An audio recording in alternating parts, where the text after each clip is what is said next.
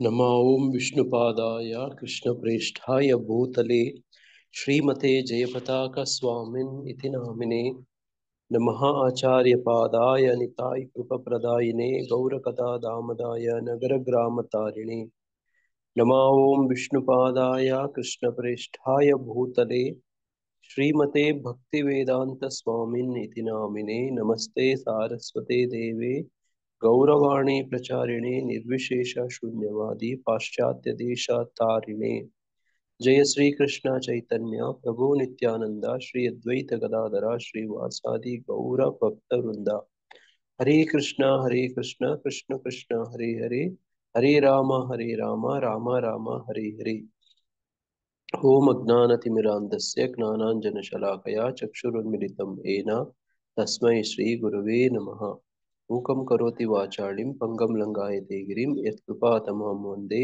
श्रीगुरुं दीनतारिणं परमानन्दमाधवं ಶ್ರೀಚೈತನ್ಯಮೇಶ್ವರಂ ಹರಿ ಓಂ ತತ್ಸತ್. ಹರೇ ಕೃಷ್ಣ. ಎಲ್ಲರಿಗೂ ಈ ದಿನದ ಗೀತಾರ್ಥ ಸ್ವಾರಸ್ಯ ಕಾರ್ಯಕ್ರಮಕ್ಕೆ ಮತ್ತೊಮ್ಮೆ ಸುಸ್ವಾಗತ. ಈ ದಿನ ನಾವು ಭಗವದ್ಗೀತೆಯ ರೂಪದ 16ನೇ ಅಧ್ಯಾಯದ ಶ್ಲೋಕ 1, 2, 3 ಅಧ್ಯಯನವನ್ನ ಮುಂದುವರಿಸ್ತಿದ್ದೀವಿ. ಈ ಶ್ಲೋಕದ ಅನುವಾದ ಹೀಗಿದೆ: ದೇವೋತ್ತಮ ಪರಮ ಪುರುಷನು ಹೀಗೆ ಹೇಳಿದನು, ಭರತವಂಶದವನಾದ ಅರ್ಜುನನೇ, ಅಭಯ, ಅಸ್ತಿತ್ವದ ಶುದ್ಧಿ, ದಿವ್ಯ ಜ್ಞಾನವನ್ನು ಬೆಳೆಸಿಕೊಳ್ಳುವುದು, ದಾನ, ಆತ್ಮ ಸಂಯಮ, ಯಜ್ಞ, ವೇದಾಧ್ಯಯನ, ತಪಸ್ಸು, ಸರಳತೆ, ಅಹಿಂಸೆ, ಸತ್ಯ, ಕೋಪ ಮಾಡಿಕೊಳ್ಳದಿರುವುದು, ತ್ಯಾಗ, ಶಾಂತಿ, ತಪ್ಪು ಹುಡುಕುವುದರಲ್ಲಿ ವಿಮುಖತೆ, ಎಲ್ಲ ಜೀವಿಗಳಲ್ಲಿ ದಯೆ, ದುರಾಶೆ ಇಲ್ಲದಿರುವುದು, ಮೃದು ಸ್ವಭಾವ, ಲಜ್ಜೆ, ದೃಢ ಸಂಕಲ್ಪ, ತೇಜಸ್ಸು, ಕ್ಷಮೆ, ಸ್ಥೈರ್ಯ, ಶುಚಿತ್ವ ಮತ್ತು ಅಸೂಯೆಯಿಂದಲೂ ಗೌರವಕ್ಕಾಗಿ ಆಸೆ ಪಡುವುದರಿಂದಲೂ ಮುಕ್ತವಾಗಿರುವುದು, ಈ ದಿವ್ಯ ಗುಣಗಳು ದೈವಿ ಸ್ವಭಾವವಿರುವ ದೇವ ಸದೃಶ ಜನರಲ್ಲಿ ಇರುತ್ತದೆ. ನೋಡ್ರಿ, ಹಿಂಗೆ ಓದ್ತಿದ್ವಿ ನಾವು. ಭಾವಾರ್ಥವನ್ನ ಅಧ್ಯಯನ ಮಾಡ್ತಿದ್ರಿ. ವರ್ಣಾಶ್ರಮ ವ್ಯವಸ್ಥೆಯಲ್ಲಿ ಸನ್ಯಾಸಿಯನ್ನು ಎಲ್ಲ ಸಾಮಾಜಿಕ ಅಂತಸ್ತುಗಳು ಮತ್ತು ವರ್ಣಗಳ ಗುರು ಅಥವಾ ಮುಖ್ಯಸ್ಥನೆಂದು ವರ್ಣಿಸಲಾಗುತ್ತದೆ. ಸಮಾಜದ ಇನ್ನು 3 ವರ್ಗಗಳಿಗೆ ಎಂದರೆ ಕ್ಷತ್ರಿಯರು, ವೈಶ್ಯರು ಮತ್ತು ಶೂದ್ರರಿಗೆ ಬ್ರಾಹ್ಮಣನು ಗುರು ಎಂದು ಪರಿಗಣಿಸಲಾಗುತ್ತದೆ. ಆದರೆ ವ್ಯವಸ್ಥೆಯ ಮೇಲ್ತುದಿಯಲ್ಲಿರುವ ಸನ್ಯಾಸಿಯು ಬ್ರಾಹ್ಮಣರಿಗೂ ಗುರು ಎಂದು ಭಾವಿಸಲಾಗುತ್ತದೆ. ಸನ್ಯಾಸಿಯ ಮೊದಲನೇ ಅರ್ಹತೆ ನಿರ್ಭಯ. ಸನ್ಯಾಸಿಗೆ ಯಾವುದೇ ನೆರವು ಅಥವಾ ನೆರವಿನ ಖಚಿತತೆ ಇಲ್ಲದಿರುವುದರಿಂದ ಆತನು ದೇವೋತ್ತಮ ಪರಮಪುರುಷನ ಕರುಣೆಯನ್ನಷ್ಟೇ ನೆಚ್ಚಬೇಕು. ಹರೇ ಕೃಷ್ಣ. ಹೀಗೆ ಇಲ್ಲಿ ಸ್ಪಷ್ಟವಾಗಿ ಕಾಣಬಹುದು, ನಮ್ಮ ಸನಾತನ ಧರ್ಮ ಸನಾತನವಾಗಿ ನೋಡಿ ವರ್ಣ ಮತ್ತೆ ಆಶ್ರಮಗಳಿಂದ ವಿಭಾಗಿತ ಆಗಿದೆ. ಇದನ್ನ ಯಾವುದೇ ಧರ್ಮದಲ್ಲಾದ್ರೂ ಕೂಡ ನಾವು ಕಾಣ್ಬೋದು. ನೋಡಿ, ಹೆಂಗೆ ಯಾವುದೇ ಧರ್ಮದಲ್ಲಿ ನೋಡಿ, ಅದು ಒಂದು ಚೈನಾ ದೇಶ ಆಗ್ಬೋದು, ಒಂದು ಆಫ್ರಿಕಾ ದೇಶ ಆಗ್ಬೋದು. ನೋಡಿ, ಅಲ್ಲೂ ಕೂಡ ಆ ಧರ್ಮದ ಗುರುಗಳು ಅಂತ ಇರ್ತಾರೆ. ನೋಡಿ, ನೀವು ಕಾಡ್ ಜನಗಳ ಹತ್ರ ಆದ್ರೂ ಹೋಗಿ, ಅಲ್ಲಿ ಒಬ್ಬ ಆ ಕಾಡ್ ಜನಗಳಿಗೆ ಒಬ್ಬ ಪ್ರೀಸ್ಟ್, ಒಬ್ಬ ಪೂಜಾರಿ ಅಂತ ಇರ್ತಾನೆ. ಆ ಬುಡಕಟ್ಟು ಜನಾಂಗಕ್ಕೆ ಒಬ್ಬ ಪೂಜಾರಿ ಇರ್ತಾನೆ. ನೋಡಿ, ಬೇಕಿದ್ರೆ ಬಹಳಷ್ಟು ಜಾತಿ ಜನಾಂಗಗಳಿಗೂ ಕೂಡ ನೋಡಿ ಒಬ್ರು ಯಾರೋ ಕುಲಗುರುಗಳು ಅಂತ ಇರ್ತಾರೆ. ನೋಡಿ, ಅವ್ರಿಗೆ ನಾನು ಒಂದ್ಸತಿ ಮದ್ವೆಗೆ ಹೋಗಿದ್ದೆ. ನನ್ನ ಫ್ರೆಂಡ್ ಮದ್ವೆಗೆ, ಉತ್ತರ ಕರ್ನಾಟಕದವರು. ಮದ್ವೆಯಲ್ಲಿ ಎಲ್ಲರೂ ಬಂದು ಯಾರೋ ಒಬ್ಬರಿಗೆ ಕಾಲಿಗೆ ಬೀಳ್ತಿದ್ದಾರೆ. ನಾನು ಕೇಳಿದೆ, ಯಾರು ಇವರು, ಯಾಕೆ ನಿಮ್ ಬಂಧು ಬಳಗ ಎಲ್ಲ ಹೋಗಿ ಅವ್ರ ಕಾಲಿಗೆ ಬೀಳ್ತಿರಲ್ಲ, ಯಾಕೆ ಅಂದೆ. ಅವ್ರು ಹೇಳಿದ್ರು, ನಮ್ ಕುಲಗುರುಗಳು ಇವರು, ನಮ್ ಆಚಾರ್ಯರು, ಅಂತ ಹೇಳಿದ್ರು. ನಮ್ಮ ಐನೋರ್ ಇವರು, ನಮ್ ಕುಲಗುರುಗಳು ಅಂತ ಹೇಳಿದ್ರು. ನೋಡಿ, ಹಂಗಿರ್ತವೆ ಕೆಲವು, ಸಹಜವಾಗಿನೇ ಇರ್ತವೆ. ನೀವು ಇದು ಯಾವುದೇ ದೇಶಕ್ಕೆ ಹೋದ್ರೂ ಕೂಡ ಇರುತ್ತೆ. ನೋಡಿ, ಒಂದು ಮುಸ್ಲಿಂ ಧರ್ಮ ಅಂತಾದ್ರೂ ತಗೊಳ್ಳಿ, ಅದರಲ್ಲೂ ಕೂಡ ಈ ನಮಾಜ್ ಹೇಳ್ಕೊಡಕ್ಕೆ, ನೋಡಿ ಆಜಾನ್ ನೋಡಿ ಹೇಳಕ್ಕೆ, ನೋಡಿ ಇದಕ್ಕೆಲ್ಲ ಒಬ್ರು ವ್ಯಕ್ತಿ ಅಂತ ಇರ್ತಾರಲ್ವಾ, ನಿರ್ದಿಷ್ಟವಾದಂತ ಒಬ್ಬ ವ್ಯಕ್ತಿ ಇರ್ತಾರಲ್ವಾ. ಹೌದು ಪ್ರಭುಜಿ, ಇರ್ತಾರೆ. ಹಾ, ಮೌಲ್ವಿ ಅಂತ ಹೇಳ್ತಾರೆ ಅವ್ರಿಗೆ ಅಲ್ವಾ, ಮೌಲ್ವಿ ಅಂತಾರೆ. ಅದರಲ್ಲೂ ಇನ್ನೂ ಉನ್ನತ ನೋಡಿ ಅವರ ಧರ್ಮ ಗುರುಗಳು ಅಂತ ಇರ್ತಾರೆ. ನೋಡಿ ಡೆಲ್ಲಿಯಲ್ಲಿ ನೋಡಿ ಈದ್ಗಾ ಮೈದಾನ, ನೋಡ ಅವ್ರದ್ದು ಬೇರೆ ಬೇರೆ ಏನೇನೋ ವ್ಯವಸ್ಥೆಗಳಿದಾವೆ. ಹಂಗೆ ಹಂಗೆ ಎಲ್ಲಾ ಜಾತಿ, ಎಲ್ಲಾ ಜನಾಂಗ, ಎಲ್ಲಾ ಪ್ರದೇಶಗಳಲ್ಲೂ ಕೂಡ ಈ ವ್ಯವಸ್ಥೆಯನ್ನ ಕಾಣ್ಬೋದು. ಅವ್ರ ಹೆಸರುಗಳು ನೇರವಾಗಿ ನೋಡಿ, ಇಲ್ಲಿ ಇರುವಂತ ಹೆಸರೇ ಅಲ್ಲಿ ಇಲ್ಲದೆ ಇರಬಹುದು, ಅದು ಬೇರೆ ಸ್ವರೂಪದಲ್ಲಿ ಇರುತ್ತೆ ಅಷ್ಟೇನೆ. ಅದೇ ತರ ಕ್ರೈಸ್ತ ಧರ್ಮದಲ್ಲೂ ಕೂಡ ನೋಡಿ, ಅದೇ ತರ ನೀವು ಮಾಕಿನ್ ಯಾವುದೇ ಈ ಬೌದ್ಧ ಧರ್ಮ ಆದ್ರೂ ತಗೊಳ್ಳಿ, ಚೈನಾ, ಜಪಾನ್ ಅಲ್ಲೂ ಕೂಡ ಹಂಗೇನೆ ನೋಡಿ. ಎಲ್ಲೆಲ್ಲಿ ಬೌದ್ಧ ಧರ್ಮ ಇರುತ್ತೋ ಅಲ್ಲೂ ಬೌದ್ಧ ಸನ್ಯಾಸಿಗಳು ಅಂತ ಇರ್ತಾರೆ. ಅದು ಚೈನಾ ಆಗ್ಬೋದು, ಜಪಾನ್ ಆಗ್ಬೋದು, ನೋಡಿ ಇಂಡೋನೇಷ್ಯಾ ಆಗ್ಬೋದು, ಮಲೇಷ್ಯಾ ಆಗ್ಬೋದು, ಇನ್ನೊಂದು ಪ್ರದೇಶ ಆಗ್ಬೋದು, ಮತ್ತೊಂದು ಆಗ್ಬೋದು. ನೋಡಿ ನಾಗರಿಕ ಸಮಾಜ ಹಿಂಗೇ ವಿಭಾಗ ಆಗಿರೋದು.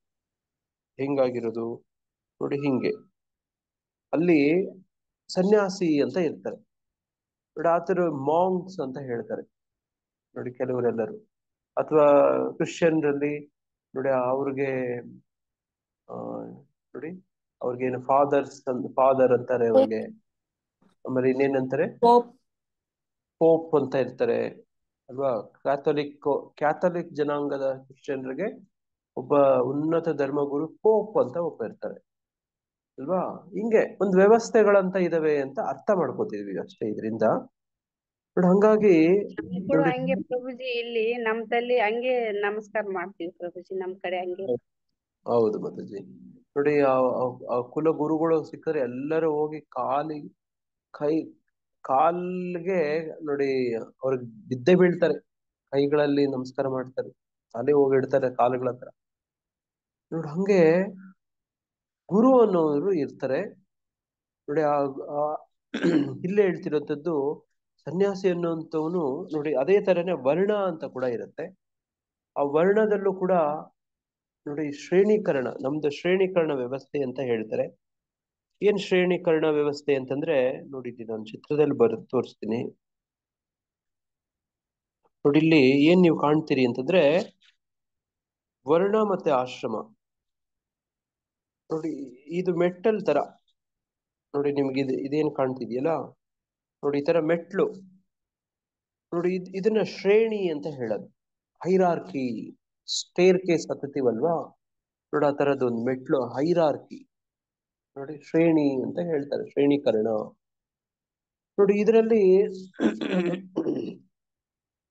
ನೋಡಿ ಈ ಎಲ್ಲಾ ವರ್ಣ, ಎಲ್ಲಾ ಆಶ್ರಮಗಳಿಗೂ ಗುರು ಆದವ್ರು ಯಾರು? ಸನ್ಯಾಸಿ ನೋಡಿ. ನೋಡಿ ಸನ್ಯಾಸಿನೇ ಎಲ್ಲಾ ವರ್ಣ, ಎಲ್ಲಾ ಆಶ್ರಮಗಳಿಗೂ ಗುರು. ಹಿಂಗೆ ನೋಡಿ, ಈಗ ಉದಾಹರಣೆಗೆ ಒಬ್ಬ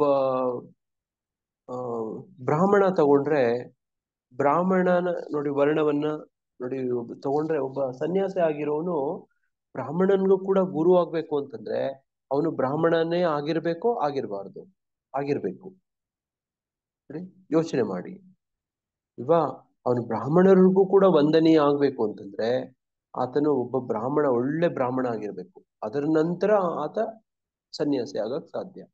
ಬ್ರಾಹ್ಮಣನಾಗದೆ ಸನ್ಯಾಸಿ ಆಗಕ್ ಆಗೋದಿಲ್ಲ ನೋಡಿ. ನಮ್ಮಲ್ಲೂ ಕೂಡ ಇಸ್ಕಾನಲ್ಲಿ ಮೊದಲು ಹರಿನಾಮ ದೀಕ್ಷೆ ಕೊಡ್ತಾರೆ, ಆಮೇಲೆ ಹಂಗೆ ಸಾಧನೆ ಮಾಡ್ತಾ ಹೋದ್ರೆ ನೋಡಿ, ನಮ್ಮ ಮಂದಿರದಲ್ಲಿ ತಮ್ಮ ಸೇವೆಗಳೆಲ್ಲ ಅವಶ್ಯಕತೆ, ಶ್ರೀ ವಿಗ್ರಹದ ಆರಾಧನೆ ಅವಶ್ಯಕತೆ ಇದ್ರೆ ನೋಡಿ ಬ್ರಾಹ್ಮಣ ದೀಕ್ಷೆ ಕೊಡ್ತಾರೆ, ಸೆಕೆಂಡ್ ಇನಿಷಿಯೇಟೆಡ್. ಅದರ ನಂತರ ಬ್ರಾಹ್ಮಣ ದೀಕ್ಷೆ ಪಡ್ಕೊಂಡ ಕೆಲವು ವರ್ಷಗಳ ನಂತರ ಕೆಲವರಿಗೆ ಅವಶ್ಯಕತೆ ಪ್ರಕಾರವಾಗಿ ಸನ್ಯಾಸ ದೀಕ್ಷೆನ ಕೊಡ್ತಾರೆ ನೋಡಿ. ಬ್ರಾಹ್ಮಣ ದೀಕ್ಷೆ ತಗೊಳ್ಳದೆ ಸನ್ಯಾಸ ದೀಕ್ಷೆ ತಗೊಳಕ್ ಆಗಲ್ಲ, ಅದು ಆ ಬ್ರಾಹ್ಮಣ. ಹಂಗಾಗಿ ಬ್ರಾಹ್ಮಣರಿಗೂ ಕೂಡ ವಂದನೀಯ ನೋಡಿ. ಇಲ್ಲಿ ನಮ್ಗೆ ಆಶ್ರಮದಲ್ಲಿ ನೋಡಿ, ಈಗ ಕ್ಷತ್ರಿಯ ಆಗ್ಲಿ, ವೈಶ್ಯ ಆಗ್ಲಿ, ಶೂದ್ರ ಆಗ್ಲಿ ನೋಡಿ, ಇಲ್ಲಿ ಆಶ್ರಮ ಅಂತ ಬರುತ್ತೆ. ಏನದು ಆಶ್ರಮ? ಮೊದಲನೇ ಆಶ್ರಮ ಬ್ರಹ್ಮಚರ್ಯ ನೋಡಿ, ಅಲ್ಲಿಂದ ಪ್ರಾರಂಭ ಆಗುವಂಥದ್ದು.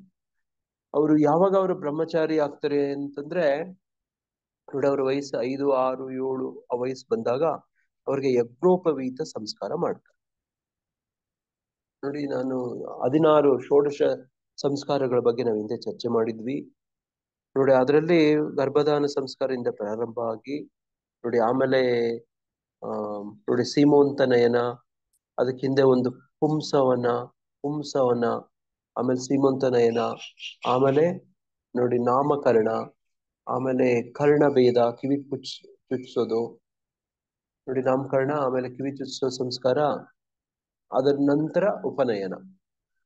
ಅನ್ನಪ್ರಾಶನ ಆಗತ್ತೆ ಅದಕ್ ಮೊದ್ಲು. ನೋಡಿ ಅನ್ನಪ್ರಾಶನ ಆಗತ್ತೆ, ಆಮೇಲೆ ಕಿವಿ ಚುಚ್ಚೋದು ಆಗತ್ತೆ, ಆಮೇಲೆ ನೋಡಿ ಜನಿವಾರ ಸಂಸ್ಕಾರ ಆಗತ್ತೆ. ಒಂದು 5, 6, 7 ವರ್ಷದಲ್ಲಿ ನೋಡಿ ಜನಿವಾರ ಸಂಸ್ಕಾರ ಆಗತ್ತೆ. ಅವಾಗ ಆತ ಜನಿವಾರ ಸಂಸ್ಕಾರ ಆದಾಗ ಆತ ಏನಾಗ್ತಾನೆ? ಬ್ರಹ್ಮಚಾರಿ ಆಗ್ತಾನೆ, ವಟು ಆಗ್ತಾನೆ. ವಟು ಅಂತ ಹೇಳ್ತಾರೆ. ವಟು ಅಂದ್ರೆ ವಿದ್ಯಾರ್ಥಿ ಅಂತ, ಸ್ಟೂಡೆಂಟ್ ಅಂತ. ಯಾರಿಗೆ ಸ್ಟೂಡೆಂಟು? ಒಬ್ಬ ಆಚಾರ್ಯರಿಗೆ ಸ್ಟೂಡೆಂಟ್. ಆಚಾರ್ಯರು ಏನ್ ಮಾಡ್ತಾರೆ? ಉಪನಯನ ಸಂಸ್ಕಾರವನ್ನ ಕೊಡ್ತಾರೆ. ನೋಡಿ ಆತನನ್ನ ಅವರು ವಟು ಆಗಿ ಅವ್ರು ಸ್ವೀಕರಿಸ್ತಾರೆ, ಅವ್ರ ಶಿಷ್ಯನಾಗಿ ಸ್ವೀಕರಿಸ್ತಾರೆ. ಆ ವಟು ಆಗಿ ಶಿಷ್ಯನಾಗಿ ಅವ್ರ ಹತ್ರ ನೋಡಿ ಕಲಿಬೇಕು ಅಂತಂದ್ರೆ ಅವರು ಬ್ರಹ್ಮಚಾರಿಯಾಗಿ ಬರ್ಬೇಕು. ನೋಡಿ ಅಲ್ಲಿಂದ ಪ್ರಾರಂಭ ಆಗತ್ತೆ. ನೋಡಿ ಹಿಂಗೆ ಈ ಈ ಈ ಸಂಸ್ಕಾರ ನೋಡಿ ಇದೆಲ್ಲ ಯಾರು ಕೊಡೋದು ಅಂತಂದ್ರೆ ನೋಡಿ ಆ ಆ ಕುಟುಂಬದಲ್ಲಿ ಬ್ರಾಹ್ಮಣ ಅಥವಾ ಆಚಾರ್ಯ, ಸಹಜವಾಗಿನೇ ಬ್ರಾಹ್ಮಣರನ್ನ ಆಚಾರ್ಯರು, ಗುರುಗಳು ಅಂತ ಇಲ್ಲಿ ಪ್ರಭುಪಾದರು ಇಲ್ಲೇ ಹೇಳ್ತಿದ್ರೆ, ವ್ಯವಸ್ಥೆ ಯಾವ ವ್ಯವಸ್ಥೆಯಲ್ಲಿ? ವರ್ಣ ವ್ಯವಸ್ಥೆಯಲ್ಲಿ ಆಚಾರ್ಯರು ಅಂತ ತಗೊಳ್ತಾರೆ. ನೋಡಿ ಹಂಗೆ ಉಪನಯನ ಆಗತ್ತೆ. ಆಮೇಲೆ ನೋಡಿ ಅದರಲ್ಲಿ ಎಷ್ಟೊಂದು ಬೇರೆ ಬೇರೆ ಪದಗಳು. ಆಚಾರ್ಯ ಅಂತಾರೆ, ಉಪಾಧ್ಯಾಯ ಅಂತಾರೆ, ನೋಡಿ ಪಾಠಕ್ ಅಂತ ಹೇಳ್ತಾರೆ, ಅದನ್ನೇ ನೋಡಿ ಪಾಠಕರು ಅಂತಾರೆ, ನೋಡಿ ಹಿಂಗೆ ಓಜಾ ಅಂತಾರೆ. ಈ ತರದ ಬೇರೆ ಬೇರೆ ಪದಗಳು ಬರ್ತವೆ ಒಬ್ಬೊಬ್ಬರ ಒಂದೊಂದು ಮಾಡುವಂಥದಕ್ಕೆ, ಹೇಳ್ಕೊಡುವಂತ ವ್ಯವಸ್ಥೆಗೆ. ಒಟ್ಟು ಆತನನ್ನ ವಟುವಾಗಿ ಸ್ವೀಕರಿಸಿ ನೋಡಿ ಜನಿವಾರ ಸಂಸ್ಕಾರ ಮಾಡಿ ನೋಡಿ ಸ್ವೀಕರಿಸುವಂಥದ್ದು. ಇವಾಗ ಇಲ್ಲೇನಾಯ್ತು ನೋಡಿ, ಆತನ ಒಂದು ಆಶ್ರಮವನ್ನ ಸ್ವೀಕರಿಸ್ದ. ಯಾವ ಆಶ್ರಮ? ಬ್ರಹ್ಮಚರ್ಯ ಆಶ್ರಮವನ್ನ ಸ್ವೀಕರಿಸ್ತಾನೆ. ವಟುವಾಗಿ ನೋಡಿ ಜನಿವಾರ ಹಾಕೊಂಡು ನೋಡಿ ಸ್ವೀಕರಿಸ್ತಾನೆ. ಇದು ಶೂದ್ರರಿಗೆ ಇದೆಯಾ? ಶೂದ್ರರಿಗಿಲ್ಲ. ನಾವು ನೆನ್ನೆನೆ ನಾನು ಚರ್ಚೆ ಮಾಡಿದ್ದೆ. ಶೂದ್ರರಿಗೆ ನೋಡಿ ಮುಖ್ಯವಾಗಿ ಮೂಲವಾಗಿ 3 ಸಂಸ್ಕಾರ. ಏನದು? ವಿವಾಹ ಸಂಸ್ಕಾರ, ಸಂಸ್ಕಾರ, ಮತ್ತೆ ನಾಮಕರಣ ಸಂಸ್ಕಾರ ಪ್ರಭುಜಿ. ಇಷ್ಟೇ 3 ಸೀಮಂತ. ಏನು ನಾಮಕರಣ, ವಿವಾಹ, ಶವ ಸಂಸ್ಕಾರ ಅಷ್ಟೇ. ನಾಮಕರಣ ನೋಡಿ ನಿಮ್ಮೆಲ್ಲರಿಗೂ ಹೆಸರಿದೆ. ಎಲ್ಲಾ ದೇಶದ ಎಲ್ಲಾ ಜನಗಳಿಗೂ ಹೆಸರಿದ್ಯಾ? ಎಲ್ಲಾ ದೇಶದ ಎಲ್ಲ ಜನರಿಗೆ ಹೆಸರಿದ್ಯಾ? ಇದೆ ಪ್ರಭುಜಿ. ಇದೆ ಅಲ್ವಾ? ಅವ್ರು ಯಾವ್ದು ಆಫ್ರಿಕನ್ನವ್ರಾಗ್ಬೋದು, ಆಸ್ಟ್ರೇಲಿಯನ್ ಆಗ್ಬೋದು, ನೋಡಿ ಅವರು ರಷ್ಯನ್ ಆಗ್ಬೋದು, ಅಮೆರಿಕನ್ ಆಗ್ಬೋದು, ಎಲ್ಲರಿಗೂ ಒಂದೊಂದು ಹೆಸರಿದೆ. ಇದು ಒಂದು ಸಂಸ್ಕಾರ. ಒಬ್ಬ ವ್ಯಕ್ತಿಯನ್ನ ಒಂದು ಹೆಸರಿಡದ ಕರೆಯೋದೇ ಒಂದು ಸಂಸ್ಕಾರ. ನಮ್ಮ ಕಾಲೇಜಲ್ಲಿ ನನ್ನ ಸ್ಟೂಡೆಂಟ್ಸ್ನ ಸ್ಟೂಡೆಂಟ್ ಕಮ್ ಇಯರ್ ಅಂದ್ರೆ ಅವರಿಗೆ ಬೇಜಾರಾಗತ್ತೆ ನೋಡಿ. ಅದೇ ನೋಡಿ ನಿಮ್ಮನ್ನು ಅಷ್ಟೇ ನೋಡಿ, ವ್ಯಕ್ತಿ ಬನ್ನಿ ಅಂದ್ರೆ ನೀವು ಕೇಳ್ತೀರಿ, ನನ್ಗೇನ್ ಹೆಸರಿಲ್ವಾ ಅಂತೀರಿ. ಹುಡುಗ ಬಾಯಿಲಿ, ಹುಡುಗಿ ಬಾಯಿಲಿ ಅಂದ್ರೆ ನನ್ಗೇನ್ ಹೆಸರಿಲ್ವಾ ಅಂತ ಕೋಪ ಬರುತ್ತೆ ನೋಡಿ. ನಿಮ್ಮ ಮಕ್ಕಳನ್ನ ಅಥವಾ ಪಕ್ಕದ ಮನೆ ಮಕ್ಕಳನ್ನ ಕರೆದ್ ನೋಡ್ರಿ, ಹುಡುಗ ಬಾಯಿಲಿ ಏನ್ರಿ, ಅವ್ರಿಗೆ ಬೇಜಾರಾಗತ್ತೆ ನೋಡಿ. ಬೇಕಿದ್ರೆ ಹೌದಾ? ಆಗತ್ತಾ? ಆಗುತ್ತೆ ಪ್ರಭುಜಿ. ನಮ್ಗೆ ಹೆಸರಿಲ್ವಾ, ಹೆಸರಿಡ್ ಕರೀರಿ ಅಂತ ಇಟ್ಕೊಳ್ತೀವಿ. ಅವ್ರ ವ್ಯಕ್ತಿತ್ವ ನೆನ್ಪಿಟ್ಕೊಂಡಿದೀವಿ ಅಂತ ಸ್ವಲ್ಪ ಗೌರವಿಸ್ತೀರಿ ನೋಡಿ. ಈ ತರದ್ದೆಲ್ಲ ಇರುತ್ತೆ. ಅದು ಸಂಸ್ಕಾರ. ಅದು ವ್ಯಕ್ತಿಗೆ ಹೆಸರು ಕೊಡೋದೇ ಒಂದು ಸಂಸ್ಕಾರ, ಒಂದು ಹೆಸರಿಟ್ಟು ಕರೆಯೋದೇ ಒಂದು ಸಂಸ್ಕಾರ. ನೋಡಿ ಭಗವಂತ ಕೃಷ್ಣ ಹಸು ಮೇಯಿಸ್ತಿದ್ದ. ಆತನ ಎಲ್ಲ ಹಸುಗಳಿಗೆ ಒಂದೊಂದು ಹೆಸರುಗಳು. ಅದು ನೋಡಿ ಹಸುಗಳಿಗೆ ಒಂದು ಸಂಬಂಧ, ಆ ಸಂಸ್ಕಾರ ನೋಡಿ. ಅದೇ ನಾವು ಈ ಗೋವಿನ ಹಾಡಲ್ಲಿ ಹೇಳ್ತೀವಲ್ಲ, ಗಂಗೆ ಬಾರೆ ತುಂಗೆ ಬಾರೆ, ತುಂಗೆ ಗೌರಿ ಬಾರೆ. ನೋಡಿ ಹಿಂಗೆ ಒಂದು ಹಸುಗಳಿಗೆ ಹೆಸರಿಡೋದು ಕರೆಯೋದು, ಅವು ಹಂಗೇ ಸ್ಪಂದಿಸೋದು. ಮೊನ್ನೆ ಒಂದು ಸಣ್ಣ ವಿಡಿಯೋ ನೋಡ್ತಿದ್ದೆ. ಅದರಲ್ಲಿ ಮೈಸೂರು ದಸರಾದಲ್ಲಿ ನೋಡಿ ಒಬ್ಬ ಯಾರೋ ಹುಡುಗ ಜೋರಾಗಿ ಹೋಗ್ತಾನೆ, ಭೀಮಾ ಅಂತಾನೆ. ಆನೆ ಏನ್ ಮಾಡುತ್ತೆ ಗೊತ್ತಾ? ಅದ್ ಕಡೆ ನೋಡುತ್ತೆ, ಸಲ್ಯೂಟ್ ಮಾಡುತ್ತೆ ಸೊಂಡ್ಲಲ್ಲಿ ನೋಡಿ. ಆತನ ರೆಸ್ಪಾಂಡ್ ಮಾಡತ್ತದು. ಏನ್ ವಿಶೇಷ ಗೊತ್ತಾ ನೋಡಿ.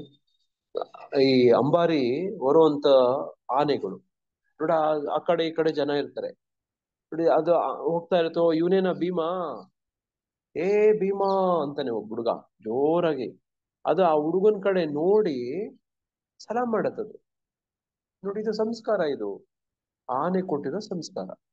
ಹಿಂಗೆ ಇದು ಒಂದು ಸಂಸ್ಕಾರ ನೋಡಿ. ಇದು ಒಂದು ಸಂಸ್ಕಾರ, ನಮ್ಮೆಲ್ಲರಿಗೂ ಆ ಸಂಸ್ಕಾರ ಆಗಿದೆ. ಎಲ್ಲಾ ಪ್ರದೇಶದ ಎಲ್ಲಾ ಜಾತಿ ಜನಾಂಗ ಧರ್ಮದವ್ರಿಗೂ ಕೂಡ ಈ ಸಂಸ್ಕಾರ ಸಿಗುತ್ತೆ ನೋಡಿ. ಬಾಕಿ ಇನ್ನ ನನ್ನ ಹೆಸರುಗಳು ಕೆಲವೆಲ್ಲ ಹೇಳಕ್ ಪ್ರಯತ್ನ ಮಾಡಿದ್ನಲ್ಲ ನೋಡಿ, ಅವೆಲ್ಲನೂ ಬೇರೆ ಎಲ್ಲರಿಗೂ ಸಿಗೋದಿಲ್ಲ, ಆರ್ಯರಿಗೆ ಸಿಗೋದು. ಈ ಆರ್ಯ ಸಮಾಜದಲ್ಲಿ, ಸನಾತನ ಧರ್ಮದಲ್ಲಿ ನೋಡಿ, ನಮ್ಮ ವೈದಿಕ ಪರಂಪರೆಯಲ್ಲಿ ಇವೆಲ್ಲ ಸಂಸ್ಕಾರಗಳು ಇರ್ತವೆ ನೋಡಿ. ಈಗ ನಾವ್ ಎಲ್ಲಿವರೆಗೂ ಬಂದಿದ್ವಿ? ಒಬ್ಬ ಆಶ್ರಮ, ಒಬ್ಬ ಬ್ರಹ್ಮಚಾರಿ ಆಶ್ರಮದ ಪ್ರವೇಶ ಮಾಡೋದಕ್ಕೆ ನೋಡಿ. ಇದು ಈ ಶೂದ್ರರಿಗೆ ಈ ತರದೆಲ್ಲ ಅವಕಾಶಗಳೇ ಇಲ್ಲ ನೋಡಿ. ಆಯಾ ಆಯಾ ಸಂದರ್ಭಕ್ಕೆ ತಕ್ಕಂಗೆ ನೋಡಿ. ಆಮೇಲೆ ಆತ ಆಶ್ರಮದಲ್ಲಿ ನೋಡಿ, ವೈಶ್ಯರು, ಕ್ಷತ್ರಿಯರು, ಬ್ರಾಹ್ಮಣರು ಅವರ ಮಕ್ಕಳನ್ನ 5, 6, 7 ವರ್ಷಕ್ಕೆ ಬಂದಾಗ ಅವ್ರ ಆಶ್ರಮಕ್ಕೆ ಸೇರಿಸ್ಬೇಕು ನೋಡಿ. ಇವತ್ತು ಅದೇ ಪದ್ಧತಿ ಮಾಡ್ತಾರೆ. ಅವಾಗ ಮಾಡ್ಲಿಲ್ವೋ? ಮದ್ವೆ ಮಾಡೋ ಸಂದರ್ಭದಲ್ಲಾದ್ರೂ ಮಾಡ್ತಾರೆ, ಗೊತ್ತಾ? ಹೌದಾ? ಮಾಡ್ತಾರೆ ಪ್ರಭು. ಹೌದು ಪ್ರಭುಜಿ. ಯಾಕಂದ್ರೆ ಅದು ಸಂಸ್ಕಾರ. ಕೊಡ್ಬೇಕಿತ್ತು, ಹಿಂದೆ ಮಾಡ್ಬೇಕಾಗಿತ್ತು, ಅವಾಗ ಮಾಡ್ಲಿಲ್ಲ, ಕೊನೆ ಪಕ್ಷ ಇವಾಗ್ಲಾದ್ರೂ ಮಾಡೋಣ ಅಂತ ಮಾಡ್ಬೇಕಾಗುತ್ತೆ ನೋಡಿ. ಇದು ಅವಶ್ಯಕ ನೋಡಿ. ಅವಾಗ್ಲಾದ್ರೂ ಇಲ್ದಿದ್ರೆ ನೋಡಿ, ನಾವು ನಮ್ಮ ಮನೆಗಳಲ್ಲೂ ಕೂಡ ಈ ಕಾಶಿ ಯಾತ್ರೆ ಮಾಡಿಸ್ತೀರಿ ಮದ್ವೆ ಸಂದರ್ಭದಲ್ಲಿ. ಏನ್ ಕಾಶಿ ಯಾತ್ರೆ ಅರ್ಥ ಏನು? ಅವರು ದೇವಸ್ಥಾನದಿಂದ ಓದಿ ಎಲ್ಲ ಮುಗಿಸ್ಕೊಂಡ್ ಬಂದಿದ್ರು. ಎಲ್ಲಿಂದ? ಕಾಶಿಯಿಂದ. ನೋಡಿ, ಕಾಶಿಗೆ ಹೋಗಿ ಆತನ ಎಲ್ಲಾ ವಿದ್ಯಾರ್ಜನೆ ಎಲ್ಲ ಮಾಡ್ಕೊಂಡು ಒಬ್ಬ ಬ್ರಹ್ಮಚಾರಿ ಒಟ್ಟು ನೋಡಿ, ಆತ ವಾಪಸ್ ಮನೆಗೆ ಬಂದಾಗ ನೋಡಿ, ಆತನನ್ನ ನೋಡಿ ಒಂದು ಅರಳಿ ಮರದ ಹತ್ರನೋ ನೋಡಿ, ಆತನನ್ನ ಹೆಣ್ ಕೊಡುವಂತ ಮಾವ ಆತನನ್ನ ಸ್ವಾಗತಿಸಿ, ಅದು ಹೆಂಗ್ ಸ್ವಾಗತಿಸ್ತಾರೆ ಹೇಳಿ ನೋಡಿ. ಅವ್ರಿಗೆ ಛತ್ರಿ ಇಟ್ಕೊಂಡು ಛತ್ರಿ, ಪಾದಕ, ಪಾದ ತೊಳೆದು ಬ್ರಹ್ಮಚರ್ಯ ತೊರೆದು ಗೃಹಸ್ಥಾಶ್ರಮಕ್ಕೆ ಬಾಪ ಅಂತ ಕರೀತಾರೆ. ಹಾಲು ಕುಡಿಸ್ತಾರೆ. ಬೆಳ್ಳಿ ಗ್ಲಾಸಲ್ಲಿ ಹಾಲು ಕುಡಿಸಿ ಒಳಗಡೆ ಕರೆಸ್ಕೊಳ್ತಾರೆ ಪ್ರಭು. ನೋಡಿ, ಇದೆಲ್ಲ ಕ್ರಮ. ಮೊದಲನೇದಾಗಿ ಸ್ವಾಗತ ಮಾಡೋದು, ಆಸನ ಕೊಡೋದು, ಕಾಲ್ ತೊಳಿಯೋದು ನೋಡಿ. ಆಮೇಲೆ ನೋಡಿ, ಕನ್ಯಾದಾನ ಮಾಡ್ಕೊಡುವಂತ ಮಾವ, ಅತ್ತೆ ಮಾವ ನೋಡಿ, ಹಿಂಗೆಲ್ಲ ಮಾಡುವಂಥದ್ದು ನೋಡಿ. ಇವೆಲ್ಲ ನಮ್ಮಲ್ಲಿ ಇದಾವೆ, ಪದ್ಧತಿಗಳಿದಾವೆ, ಆಚರಣೆಗಳಲ್ಲಿ ಇದಾವೆ.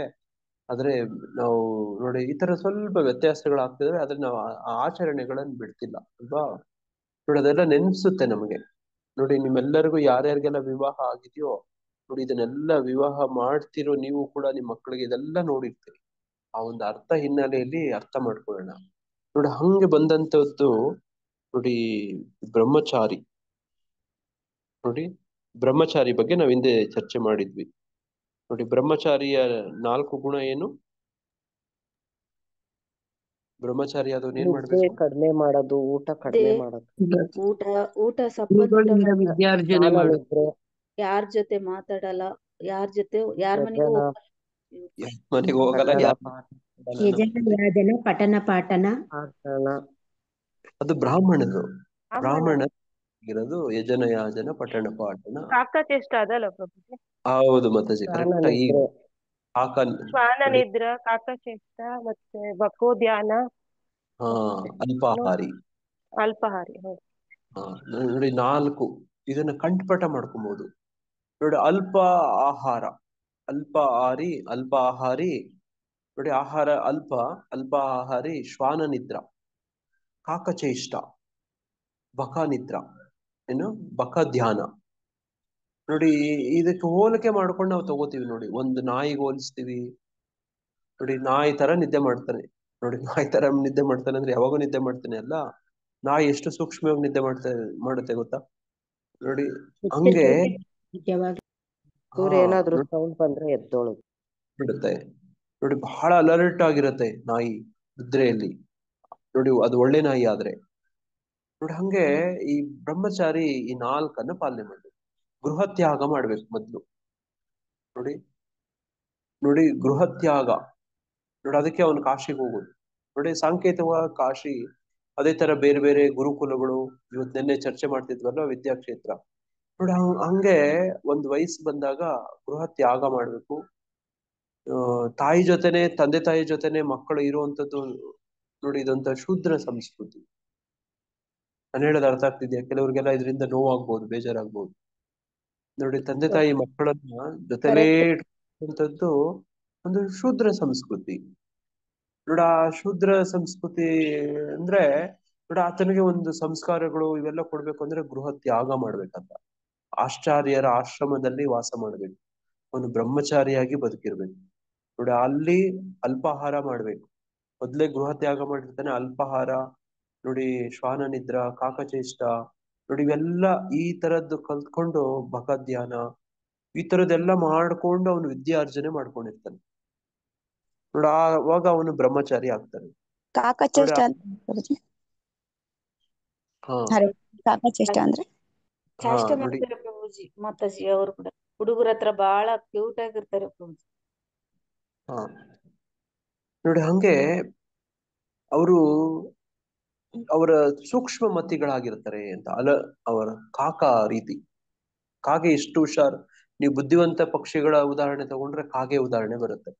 ನೀವು ಕಥೆಗಳಲ್ಲೆಲ್ಲ, ಈಶೋಪನ ಕಥೆಗಳು, ಪಂಚತಂತ್ರ ಕಥೆಗಳಲ್ಲೆಲ್ಲ ಕಾಗೆ ಬಗ್ಗೆ ಹೇಳ್ತಾರೆ. ನೋಡಿ ಹಂಗೆ ನೋಡಿ, ಬ್ರಹ್ಮಚಾರಿ ಹಂಗೆ ಬದುಕಿ ಆಮೇಲೆ ಗೃಹಸ್ಥನಾಗಿ ಬರೋ ಸಂದರ್ಭದಲ್ಲಿ ಆತನನ್ನ ಸ್ವೀಕಾರ ಮಾಡ್ತಾರೆ, ಸ್ವಾಗತ ಮಾಡ್ತಾರೆ. ನೋಡಿ, ಆತನನ್ನ ನೋಡಿ ಹೆಣ್ಣು ಕೊಟ್ಟು ಮದ್ವೆ ಮಾಡಿ ಕೊಡ್ತಾರೆ. ಆತ ಗೃಹಸ್ಥ ಜೀವನವನ್ನ ಪ್ರಾರಂಭ ಮಾಡ್ತಾನೆ.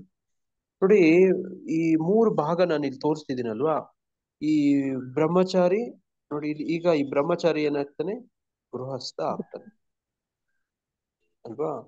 ಆಮೇಲೆ ಗೃಹಸ್ಥ ನೋಡಿ, ಇದು ಮೊದಲನೇದು ಒಂದು 25 ವರ್ಷ ಅನ್ಕೊಳ್ಳಿ. ಆಮೇಲೆ 25ರಿಂದ 25 ವರ್ಷ ನೋಡಿ, ಇದೊಂದು 25 ವರ್ಷ ಅನ್ಕೊಳ್ಳಿ ಅಲ್ವಾ. ನೋಡಿ, ಈಗ 50 ವರ್ಷ ಆಯ್ತು. ಈ ಗೃಹಸ್ಥನಿಗೆ 50 ವರ್ಷ ಆಯ್ತು. ಗೃಹಸ್ಥ ಒಂದು 20-25 ವರ್ಷಕ್ಕೆ ಮದುವೆ ಆಗಿರ್ತಾನೆ. ಈಗ ಆತನ ಮಗ 25 ವರ್ಷಕ್ಕೆ ಬಂದಿರ್ತಾನೆ. ಅರ್ಥ ಆಯ್ತಾ ನಾನು ಹೇಳಿದ್ದು? ಹೌದು ಆತನ ಮಗ ಪ್ರಭುಜಿ 25 ವರ್ಷಕ್ಕೆ ಬಂದಿರ್ತಾನೆ. ಈಗ ಆ ಆ 25 ವರ್ಷಕ್ಕೆ ಬಂದಿರ್ತಾನಲ್ವಾ, ಈಗ ಇವನು ಮುಂದೆ ಮನೆ ಬಿಟ್ಟು ವಾನಪ್ರಸ್ಥಕ್ಕೆ ಹೋಗ್ಬೇಕು. ಯಾಕೆ ನೋಡಿ, ವಾನಪ್ರಸ್ಥ ಜವಾಬ್ದಾರಿ ನೋಡಿ, ಎಲ್ಲ ವಹಿಸಿ ತನ್ನ ಪತ್ನಿ ಜೊತೆಗೆ ವಾನಪ್ರಸ್ಥಕ್ಕೆ ಹೋಗೋದು. ನೋಡಿ, ಇಲ್ಲೇ ಇದ್ರೆ ಅಂತ ಸಂದರ್ಭ ಬರ್ದೇ ಇದ್ರೆ ನೋಡಿ, ಇಲ್ಲಿ ವಿದ್ಯಾರ್ಥಿಯಾಗಿ ಕಾಶಿಗೆ ಹೋಗಿ ಅಥವಾ ಇನ್ನೊಂದು ಗುರುಕುಲಕ್ಕೆ ಎಲ್ಲೋ ಹೋಗಿ ಕಲ್ತು ಬಂದಿರ್ತಾನಲ್ವಾ, ಗೃಹಸ್ಥ 25 ವರ್ಷ ಜೀವನ ಮಾಡಿದ್ಮೇಲೆ ಮತ್ತೊಂದ್ಸತಿ ಕಾಶಿ ಯಾತ್ರೆ ಮಾಡ್ತಾರೆ. ವಾನಪ್ರಸ್ಥಕ್ಕೆ ಹೋಗ್ತಾ ಇದ್ರೆ ನೋಡಿ, ಜೀವನದಲ್ಲಿ ಕೊನೆಯಲ್ಲಿ ಕಾಶಿ ಯಾತ್ರೆ ಮಾಡ್ತಾರೆ. ಕಾಶಿ ಯಾತ್ರೆ ಹೋದ್ರು ನೋಡಿ, ಈ ತರ ತೀರ್ಥಯಾತ್ರೆಗಳು ಹೋಗ್ತಾರೆ. ಈಗ ನಾವು ಪ್ರತಿ ವರ್ಷಗಳ ನಮ್ ಭಕ್ತರೆಲ್ಲ ಯಾತ್ರೆಗಳು ಹೋಗ್ತಾರೆ ನೋಡ್ರಿ. ಹಿಂದಿನ ಕಾಲದಲ್ಲಿ ಹಂಗಿರ್ಲಿಲ್ಲ. ಹಿಂದಿನ ಕಾಲದಲ್ಲಿ ಹಂಗಿರ್ಲಿಲ್ಲ. ಜೀವನದಲ್ಲೂ ಒಂದೇ ಸತಿ ಯಾತ್ರೆ ಹೋಗ್ತಾ ಇದ್ದಿದ್ದು. ಈಗ ನಾವು ಕಾರ್ತಿಕ ಬಂತು ಅಂದ್ರೆ ಯಾತ್ರೆ ಹೋಗೋಣ ಅಂತೀವಲ್ವಾ. ಇದು ಒಳ್ಳೇದೇ. ಹಿಂದೆ ನೋಡಿ, ಒಂದು ಪುಣ್ಯ ಕ್ಷೇತ್ರಗಳಿಗೆ ವಿಶೇಷವಾಗಿ ನೋಡಿ, ದಕ್ಷಿಣ ಭಾರತದಿಂದ ಲೈಫ್ ಕೊನೆಯಲ್ಲಿ ಜೀವನದಲ್ಲಿ ಒಂದೇ ಒಂದ್ಸತಿ ಯಾತ್ರೆ ಹೋಗ್ತಾ ಇದ್ದಿದ್ದು ನೋಡಿ. ಈ ಗೃಹಸ್ಥಾಶ್ರಮ ಎಲ್ಲ ಮುಗಿಸಿದ ನಂತರ ನೋಡಿ, ಅವರು ಪತಿ ಪತ್ನಿ ಸಮೇತವಾಗಿ ಯಾತ್ರೆ ಹೋಗ್ತಿದ್ರು. ಕಾಶಿಗೋ ನೋಡಿ, ಈ ತರದ್ದು ಕಾಶಿ, ಕಾಂಚಿ ನೋಡಿ, ನಮ್ಮೂರಲ್ಲಿ ಕಾಂಚಿ ಯಾತ್ರೆ ಮಾಡ್ಕೊಂಡು ಬಂದಿರೋರಿಗೆ ವಿಶೇಷ ಗೌರವ. ಏನಾದ್ರೂ ಹಲ್ಲಿ ಯಾರ ಮೇಲೆ ಬಿತ್ತೋ, ಕಾಂಚಿಗೆ ಹೋಗಿ ಯಾತ್ರೆ ಹೋಗಿ ಬಂದವ್ರನ್ನ ಹೋಗಿ ಮಾತಾಡ್ಸ್ಕೊಂಡ್ ಬನ್ನಿ ಅಂತ ಕಳಿಸ್ತಾರೆ ನೋಡಿ. ಆವಾಗ ದೋಷ ಪರಿಹಾರ ಅಂತ ಹೇಳ್ತಾರೆ. ನಿಮ್ ಕಡೆನು ಹಿಂಗೆ ಇದೆಯಾ ಪದ್ಧತಿ? ಹೌದು ಪ್ರಭು, ಅವ್ರ ಕಾಲ್ ಮುಗಿಬೇಕು. ಕಾಶಿಗೆ ಹೋಗಿ ಬಂದವರಿಗೆ ವರ್ಷದಲ್ಲಿ 1-2 ಸಲ ಆದ್ರೂ ಅವ್ರನ್ನ ದರ್ಶನ ಮಾಡ್ಕೊಂತೀವಿ ಪ್ರಭುಜಿ ನಮ್ಮನೆ. ನೋಡಿ, ಕಾಂಚಿಗೆ ಹೋಗಿ ಬಂದವ್ರಿಗೆ ಎಂತ ಒಂದು ವಿಶೇಷ ಗೌರವ, ಸ್ಥಾನಮಾನ ಅವ್ರಿಗೆ ಅಂತಂದ್ರೆ, ಯಾರ ಮೇಲೆ ಆದ್ರೂ ಹಲ್ಲಿ ಬಿದ್ದು ದೋಷ ಆದ್ರೆ ಪರಿಹಾರ ಏನಪ್ಪಾ ಅಂದ್ರೆ, ಕಾಂಚಿಗೆ ಅವ್ರನ್ನ ಮಾತಾಡ್ಸಿದ್ರೆ ದೋಷ ಹೋಗುತ್ತೆ ಅಂತಾರೆ ಪ್ರಭುಜಿ. ಹೋಗಿ ಮಾತಾಡ್ಸ್ಕೊಂಡ್ ಬನ್ನಿ ಅಂತ ಕಳ್ಸೋರು ನಮ್ಮ ಮನೆಯಲ್ಲಿ ಹಿಂದೆ. ನಮ್ಮೂರಲ್ಲಿ ಇಡೀ ಊರಲ್ಲಿ ಒಬ್ರೋ ಇಬ್ರೋ ಕಾಂಚಿಗೆ ಹೋಗಿ ಬಂದಿರ್ತಿದ್ರು ನೋಡಿ. ಅವ್ರನ್ನ ಅವ್ರಿಗೆ VIP ನೋಡಿ. ಈ ತರದ್ ದೋಷ ಆದವ್ರಿಗೆ ಅವ್ರನ್ನ ಹೋಗಿ ಮಾತಾಡ್ಸ್ಕೊಂಡ್ ಬರ್ಬೇಕು. ಇದೆಂತ ನೋಡಿ ವಿಶೇಷ. ಮಾತಾಡ್ಸ್ಕೊಂಡ್ ಬಂದು ಅಂದ್ರೆ ಅವ್ರ ಹತ್ರ ಉಪದೇಶ ಅವ್ರದ್ದು ಕೇಳ. ಕಾಲ್ಗೆನು ಮುಗಿತಾರಲ್ಲ ಪ್ರಭು. ಹಾ ನೋಡಿ, ಅವರು ಉಪದೇಶ ತಗೊಂಡು ಅವ್ರ ಹತ್ರ ಮಾರ್ಗದರ್ಶನ ತಗೊಂಡು ನೋಡಿ ಭಗವಂತನ ವಿಷಯ ತಿಳ್ಕೊಂಡು ಬರೋದು. ಸುಮ್ನೆ ಹೋಗಿ ಮಾತಾಡ್ಸ್ಕೊಂಡ್ ಬಂದ್ರೆ ಏನಣ್ಣ ಊಟ ಆಯ್ತಾ, ಏನಕ್ಕ ಊಟ ಆಯ್ತಾ ಅಂತ ಹಂಗಲ್ಲ. ಭಗವಂತ ವಿಚಾರ ಮಾತಾಡ್ಸ್ಕೊಂಡ್ ಬರೋದು ಅಂದ್ರೆ ಹಂಗೆ ನೋಡಿ. ಹಂಗೆ ನೋಡಿ ನಮ್ಮಲ್ಲೂ ಕೂಡ ಯಾತ್ರೆ ಹೋಗೋದು ಅಂದ್ರೆ ಯಾವ ಸಂದರ್ಭದಲ್ಲಿ ಅಂದ್ರೆ 50 ವರ್ಷದ ನಂತರ. ಈಗ ಕಾಶಿಗೆ ಹೋಗ್ತಿದ್ದೀರಿ ಅಂದ್ರೆ ಇವಾಗೇನ್ ಹಿಂಗ್ ವಯಸ್ಸಾಗೋಯ್ತಾ ಅಂತಾರೆ ಅಲ್ವಾ. ಕಾಶಿ ಯಾತ್ರೆ ಅಂದ್ರೆ ಹಂಗೆ ನೋಡಿ. ಮೇಡಮ್ ಸುಧಾಮೂರ್ತಿ ಅವರು ಕೂಡ ಒಂದು ಪುಸ್ತಕ ಬರೆದಿದ್ದಾರೆ, ಕಾಶಿ ಯಾತ್ರೆ ಅಂತ. ಯಾರಾದ್ರೂ ಓದಿದ್ದೀರಾ, ಕೇಳಿದ್ದೀರಾ? ಪಠ್ಯ ಪುಸ್ತಕಗಳಲ್ಲೂ ಕೂಡ ಇತ್ತು ಕಾಶಿ ಯಾತ್ರೆ ಅಂತ ಹೇಳಿ ನೋಡಿ. ಅದು ಟೆಕ್ಸ್ಟ್ ಬುಕ್ಸ್ ಅಲ್ಲೂ ಕೂಡ ಇತ್ತು ನೋಡಿ. ಅಂಥದ್ದು ಒಂದು ವಿಷಯ ಇಂಗ್ಲಿಷ್ ಅಲ್ಲಿ ಇತ್ತು, ಕಾಶಿ ಯಾತ್ರೆ ನೋಡಿ. ಹಂಗೆ ಕಾಶಿ ಯಾತ್ರೆಗೆ ಹೋಗಿ ಅಥವಾ ಇಂದಿನ ಬೇರೆ ಬೇರೆ ಇವತ್ತು ನಮ್ಮ ಜಯರಂಜನ್ ನಂದನ್ ಪ್ರಭು ಅಮರನಾಥ್ ಯಾತ್ರೆ ಹೋಗಿದ್ದಾರೆ. ಅವರು ಅವ್ರ ಪತ್ನಿ ನೋಡಿ. ಅವ್ರು ನಿನ್ನೆ ನನಗೆ ಸಿಕ್ಕಿ ಹೇಳಿದ್ರು, ಅಮರನಾಥ್ ಯಾತ್ರೆ ಹೋಗ್ತಿದೀವಿ 10 ದಿನ ನೋಡಿ, ನಾನು ನನ್ನ ಪತ್ನಿ ಅಂತ ಹೇಳಿ ಹೋದ್ರು ನೋಡಿ. ಹಂಗೆ ನೋಡಿ, ಹಿಂಗೆ ಹೋದವರು ಹರೇ ಕೃಷ್ಣ ವಾಪಸ್. ಪ್ರಭು. ಹರೇ ಕೃಷ್ಣ ಪ್ರಭುಜಿ, ಈಗ ನಮ್ಮ ಮನೆಯಲ್ಲಿ ಒಬ್ರು ಸನ್ಯಾಸಿಗಳಿದ್ದಾರೆ ಪ್ರಭುಜಿ ಆಲ್ರೆಡಿ. ನಾನಿಲ್ಲ, ನಮ್ಮ ಅಕ್ಕನ ಸೊಸೆ ಸಿರಗುಪ್ಪದಲ್ಲಿ ಅವ್ರು ಸೇವೆ ಮಾಡ್ತಾ ಇದ್ದಾರೆ. ಅವ್ರು 12 ಜ್ಯೋತಿರ್ಲಿಂಗ ಕಾಲಲ್ಲೇ ತಿರುಗಿ ಬಂದಿದ್ದಾರೆ ಪ್ರಭು. ಓಕೆ 12 1 ವರ್ಷ ಆಯ್ತು ಪ್ರಭುಜಿ ಅವರು ತಿರುಗಿ ಬಂದು ಇವತ್ತು ನಮ್ಮನೆಯಲ್ಲೇ ವಾಸವಾಗಿದ್ದಾರೆ ಪ್ರಭುಜಿ. ನಿನ್ನೆ ಬಂದು ಅವ್ರ ಸೇವೆ ನಮ್ಮ ಅಕ್ಕನ ಸೊಸೆ ಮಾಡ್ತಾ ಇದ್ದಾರೆ ಪ್ರಭುಜಿ. ತುಂಬಾ ವಿಶೇಷ ಮಾತಾಜಿ, ಬಹಳ ಹಾ ವಿಶೇಷ ನೋಡಿ. ಈ ಯಾರು ಭಕ್ತಿಗೆ ಇವತ್ತು ಭಕ್ತಿ ಸೇವೆಗಳು ಮಾಡ್ತಾರಲ್ವಾ, ಅವರು ಈ ತರದ ಯಾತ್ರೆಗಳು ನೋಡಿ, ಯಜ್ಞ ಹೋಮ ಹವನ ನೋಡ್ರಿ, ಈ ತರದ್ದು ಬ್ರಹ್ಮಚಾರಿ ನೋಡಿ, ಈ ತರದ್ದು ಏನೇನೆಲ್ಲ ಯಜ್ಞಗಳು ತ್ಯಾಗಗಳು ತಪಗಳು ನೋಡಿ, ಈ ತರದ್ದೆಲ್ಲ ಮುಗಿಸಿ ಪರಿಪೂರ್ಣ ಹಂತಕ್ಕೆ ಬಂದಿದ್ದಾರೆ ಅಂತ ಅರ್ಥ ಅಂತೆ. ಹಿಂದಿನ ಶ್ಲೋಕಗಳಲ್ಲಿ ಅದನ್ನೇ ನಾವು ಓದ್ಕೊಂಡು ಬಂದದ್ದು. ಹಿಂದಿನ ಶ್ಲೋಕದಲ್ಲಿ ಅದನ್ನೇ ನಾವು ಅಧ್ಯಯನ ಮಾಡ್ಕೊಂಡು ಬಂದದ್ದು. ಇವತ್ತು ಯಾರು ನೀವೆಲ್ಲ ಭಕ್ತಿ ಸೇವೆ ಮಾಡ್ತಿದ್ದೀರಿ, ಭಗವಂತನ ಸೇವೆ ಮಾಡ್ತಿದ್ದೀರಿ, ಇವತ್ತು ನಮ್ಗೆ ಇಸ್ಕಾನಲ್ಲಿ ಕೊಟ್ಟಿರುವಂತ ಎಲ್ಲ ಅಭ್ಯಾಸಗಳು ಸಾಧನ ಕ್ರಮಗಳು ಮಾಡ್ತಿದ್ದೀರಿ ನೋಡಿ. ಈಗ ಮಾತಾಜಿಯವರು ಹೇಳಿದ್ರಲ್ಲ 12 ಜ್ಯೋತಿರ್ಲಿಂಗಗಳನ್ನ ನೋಡಿ ಪಾದದಲ್ಲೇ ನೋಡಿ ದರ್ಶನ ಮಾಡ್ಕೊಂಡು ಯಾತ್ರೆ ಹೋಗಿ ಬಂದಿದ್ದಾರೆ ಅನ್ನೋದು ವಿಶೇಷ. ಇಂಥವುಗಳು ಹಲವಾರಿದಾವೆ, ಈ ತರದ್ದು ಹಲವಾರಿದಾವೆ.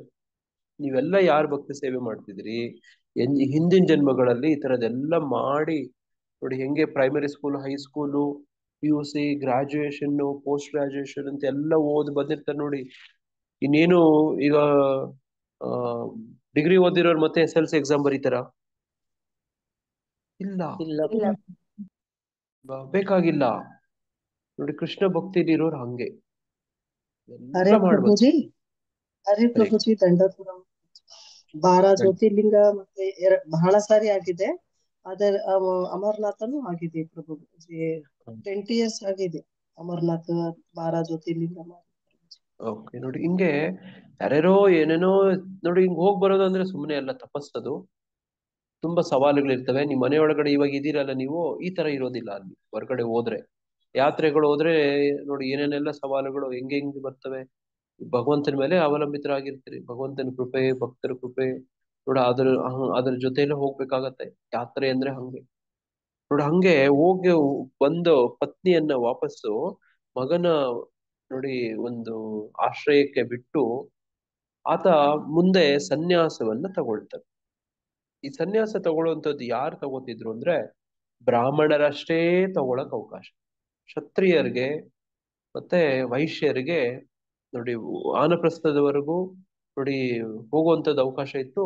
ಅಲ್ಲಿಂದ ಮುಂದೆ ಅವಕಾಶ ಇಲ್ಲ ನೋಡಿ. ಸನ್ಯಾಸವನ್ನ ಬರೀ ಬ್ರಾಹ್ಮಣ ದೀಕ್ಷೆ ತಗೊಂಡವ್ರೆ ಸನ್ಯಾಸವನ್ನ ತಗೋಬೋದಿತ್ತು ನೋಡಿ. ಇದು ಒಟ್ಟಾರೆ ವರ್ಣ ಮತ್ತೆ ಆಶ್ರಮದ ವ್ಯವಸ್ಥೆ ನೋಡಿ, ಈ ತರದ್ದು.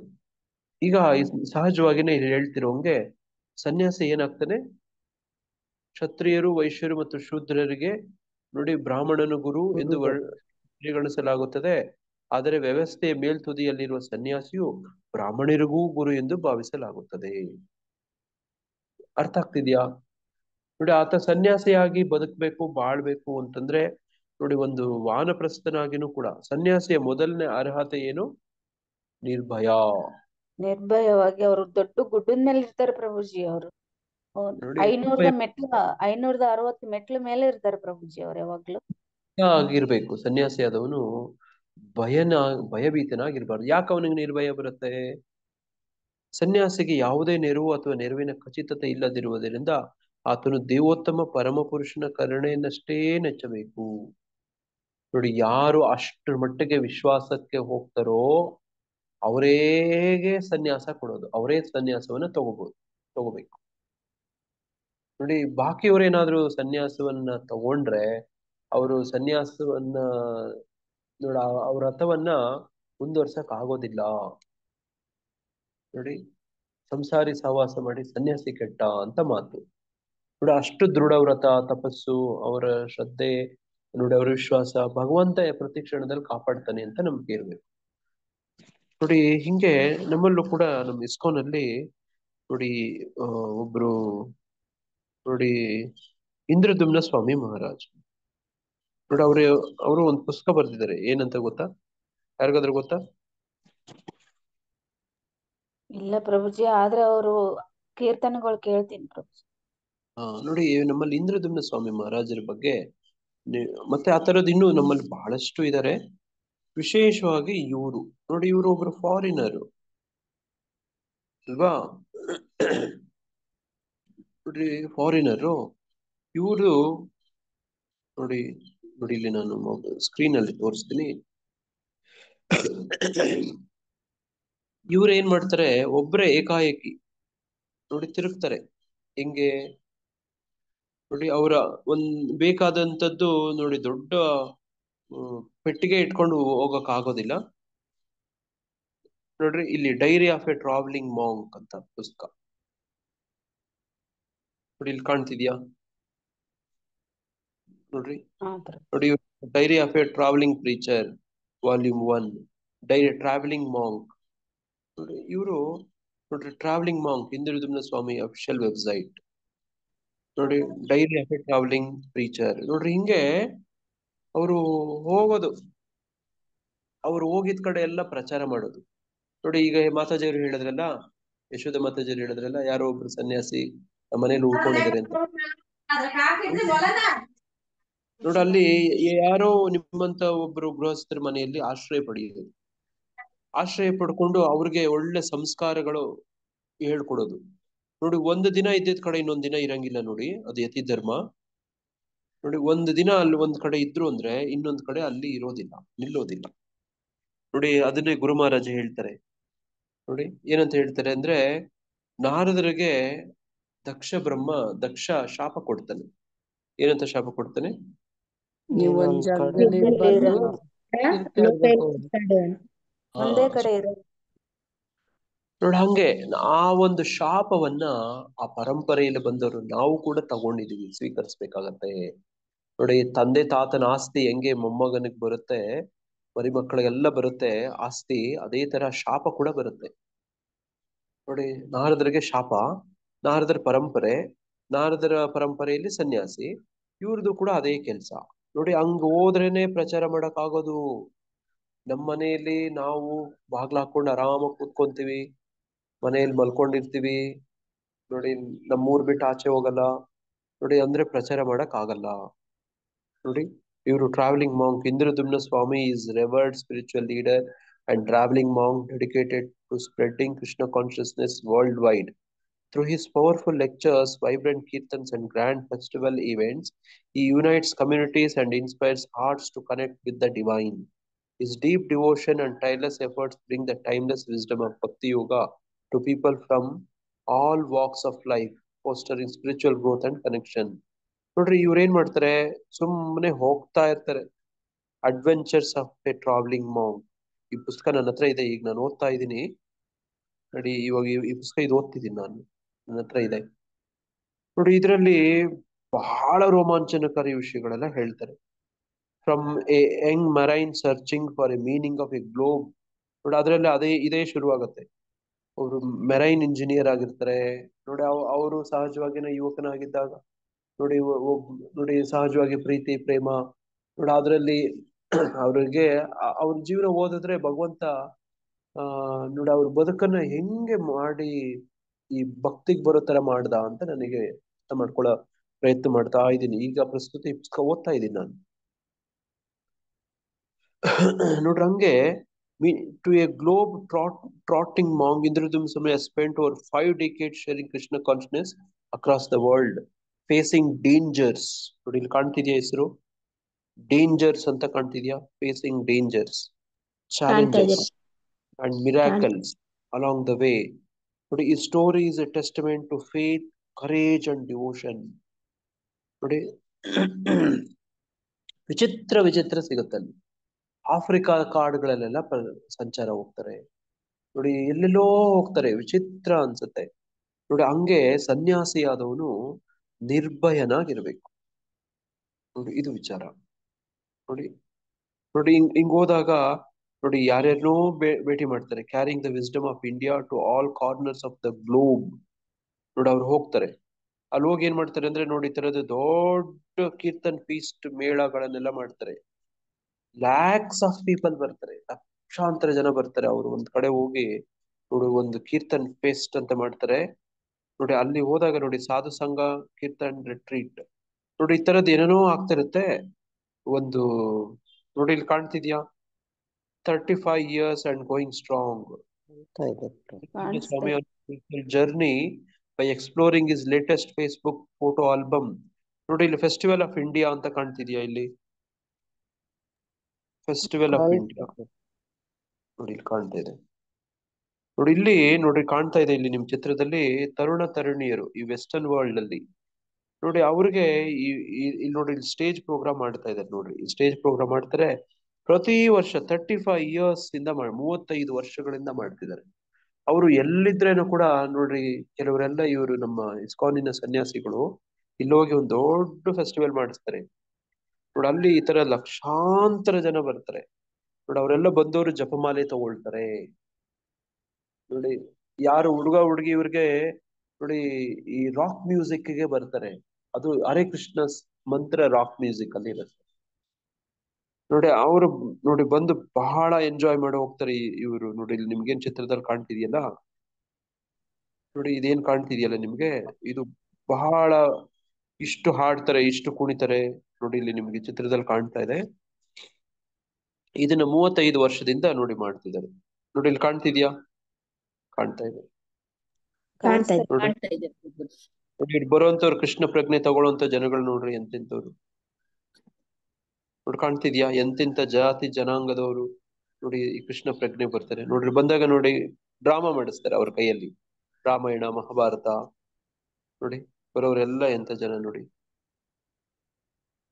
ನೋಡಿ. ಹಿಂಗೆ ನೋಡಿ ಇಂತಿಂತವ್ರು ನೋಡ್ರಿ. ಈ ಮುದುಕಪ್ಪ ಬಂದ್ ನೋಡ್ರಿ ನೋಡಿ. ಈ ತರದೆಲ್ಲ ಬರ್ತಾರೆ ನೋಡಿ. ಅಲ್ಲೊಂದು ರಥ ಕಾಣ್ತಾ ಇದೆ ನೋಡಿ, ಜಗನ್ನಾಥ ಸ್ವಾಮಿ ರಥ ನೋಡಿ. ಫೆಸ್ಟಿವಲ್ ಆಫ್ ಇಂಡಿಯಾ ಅಂತ ನೋಡಿ.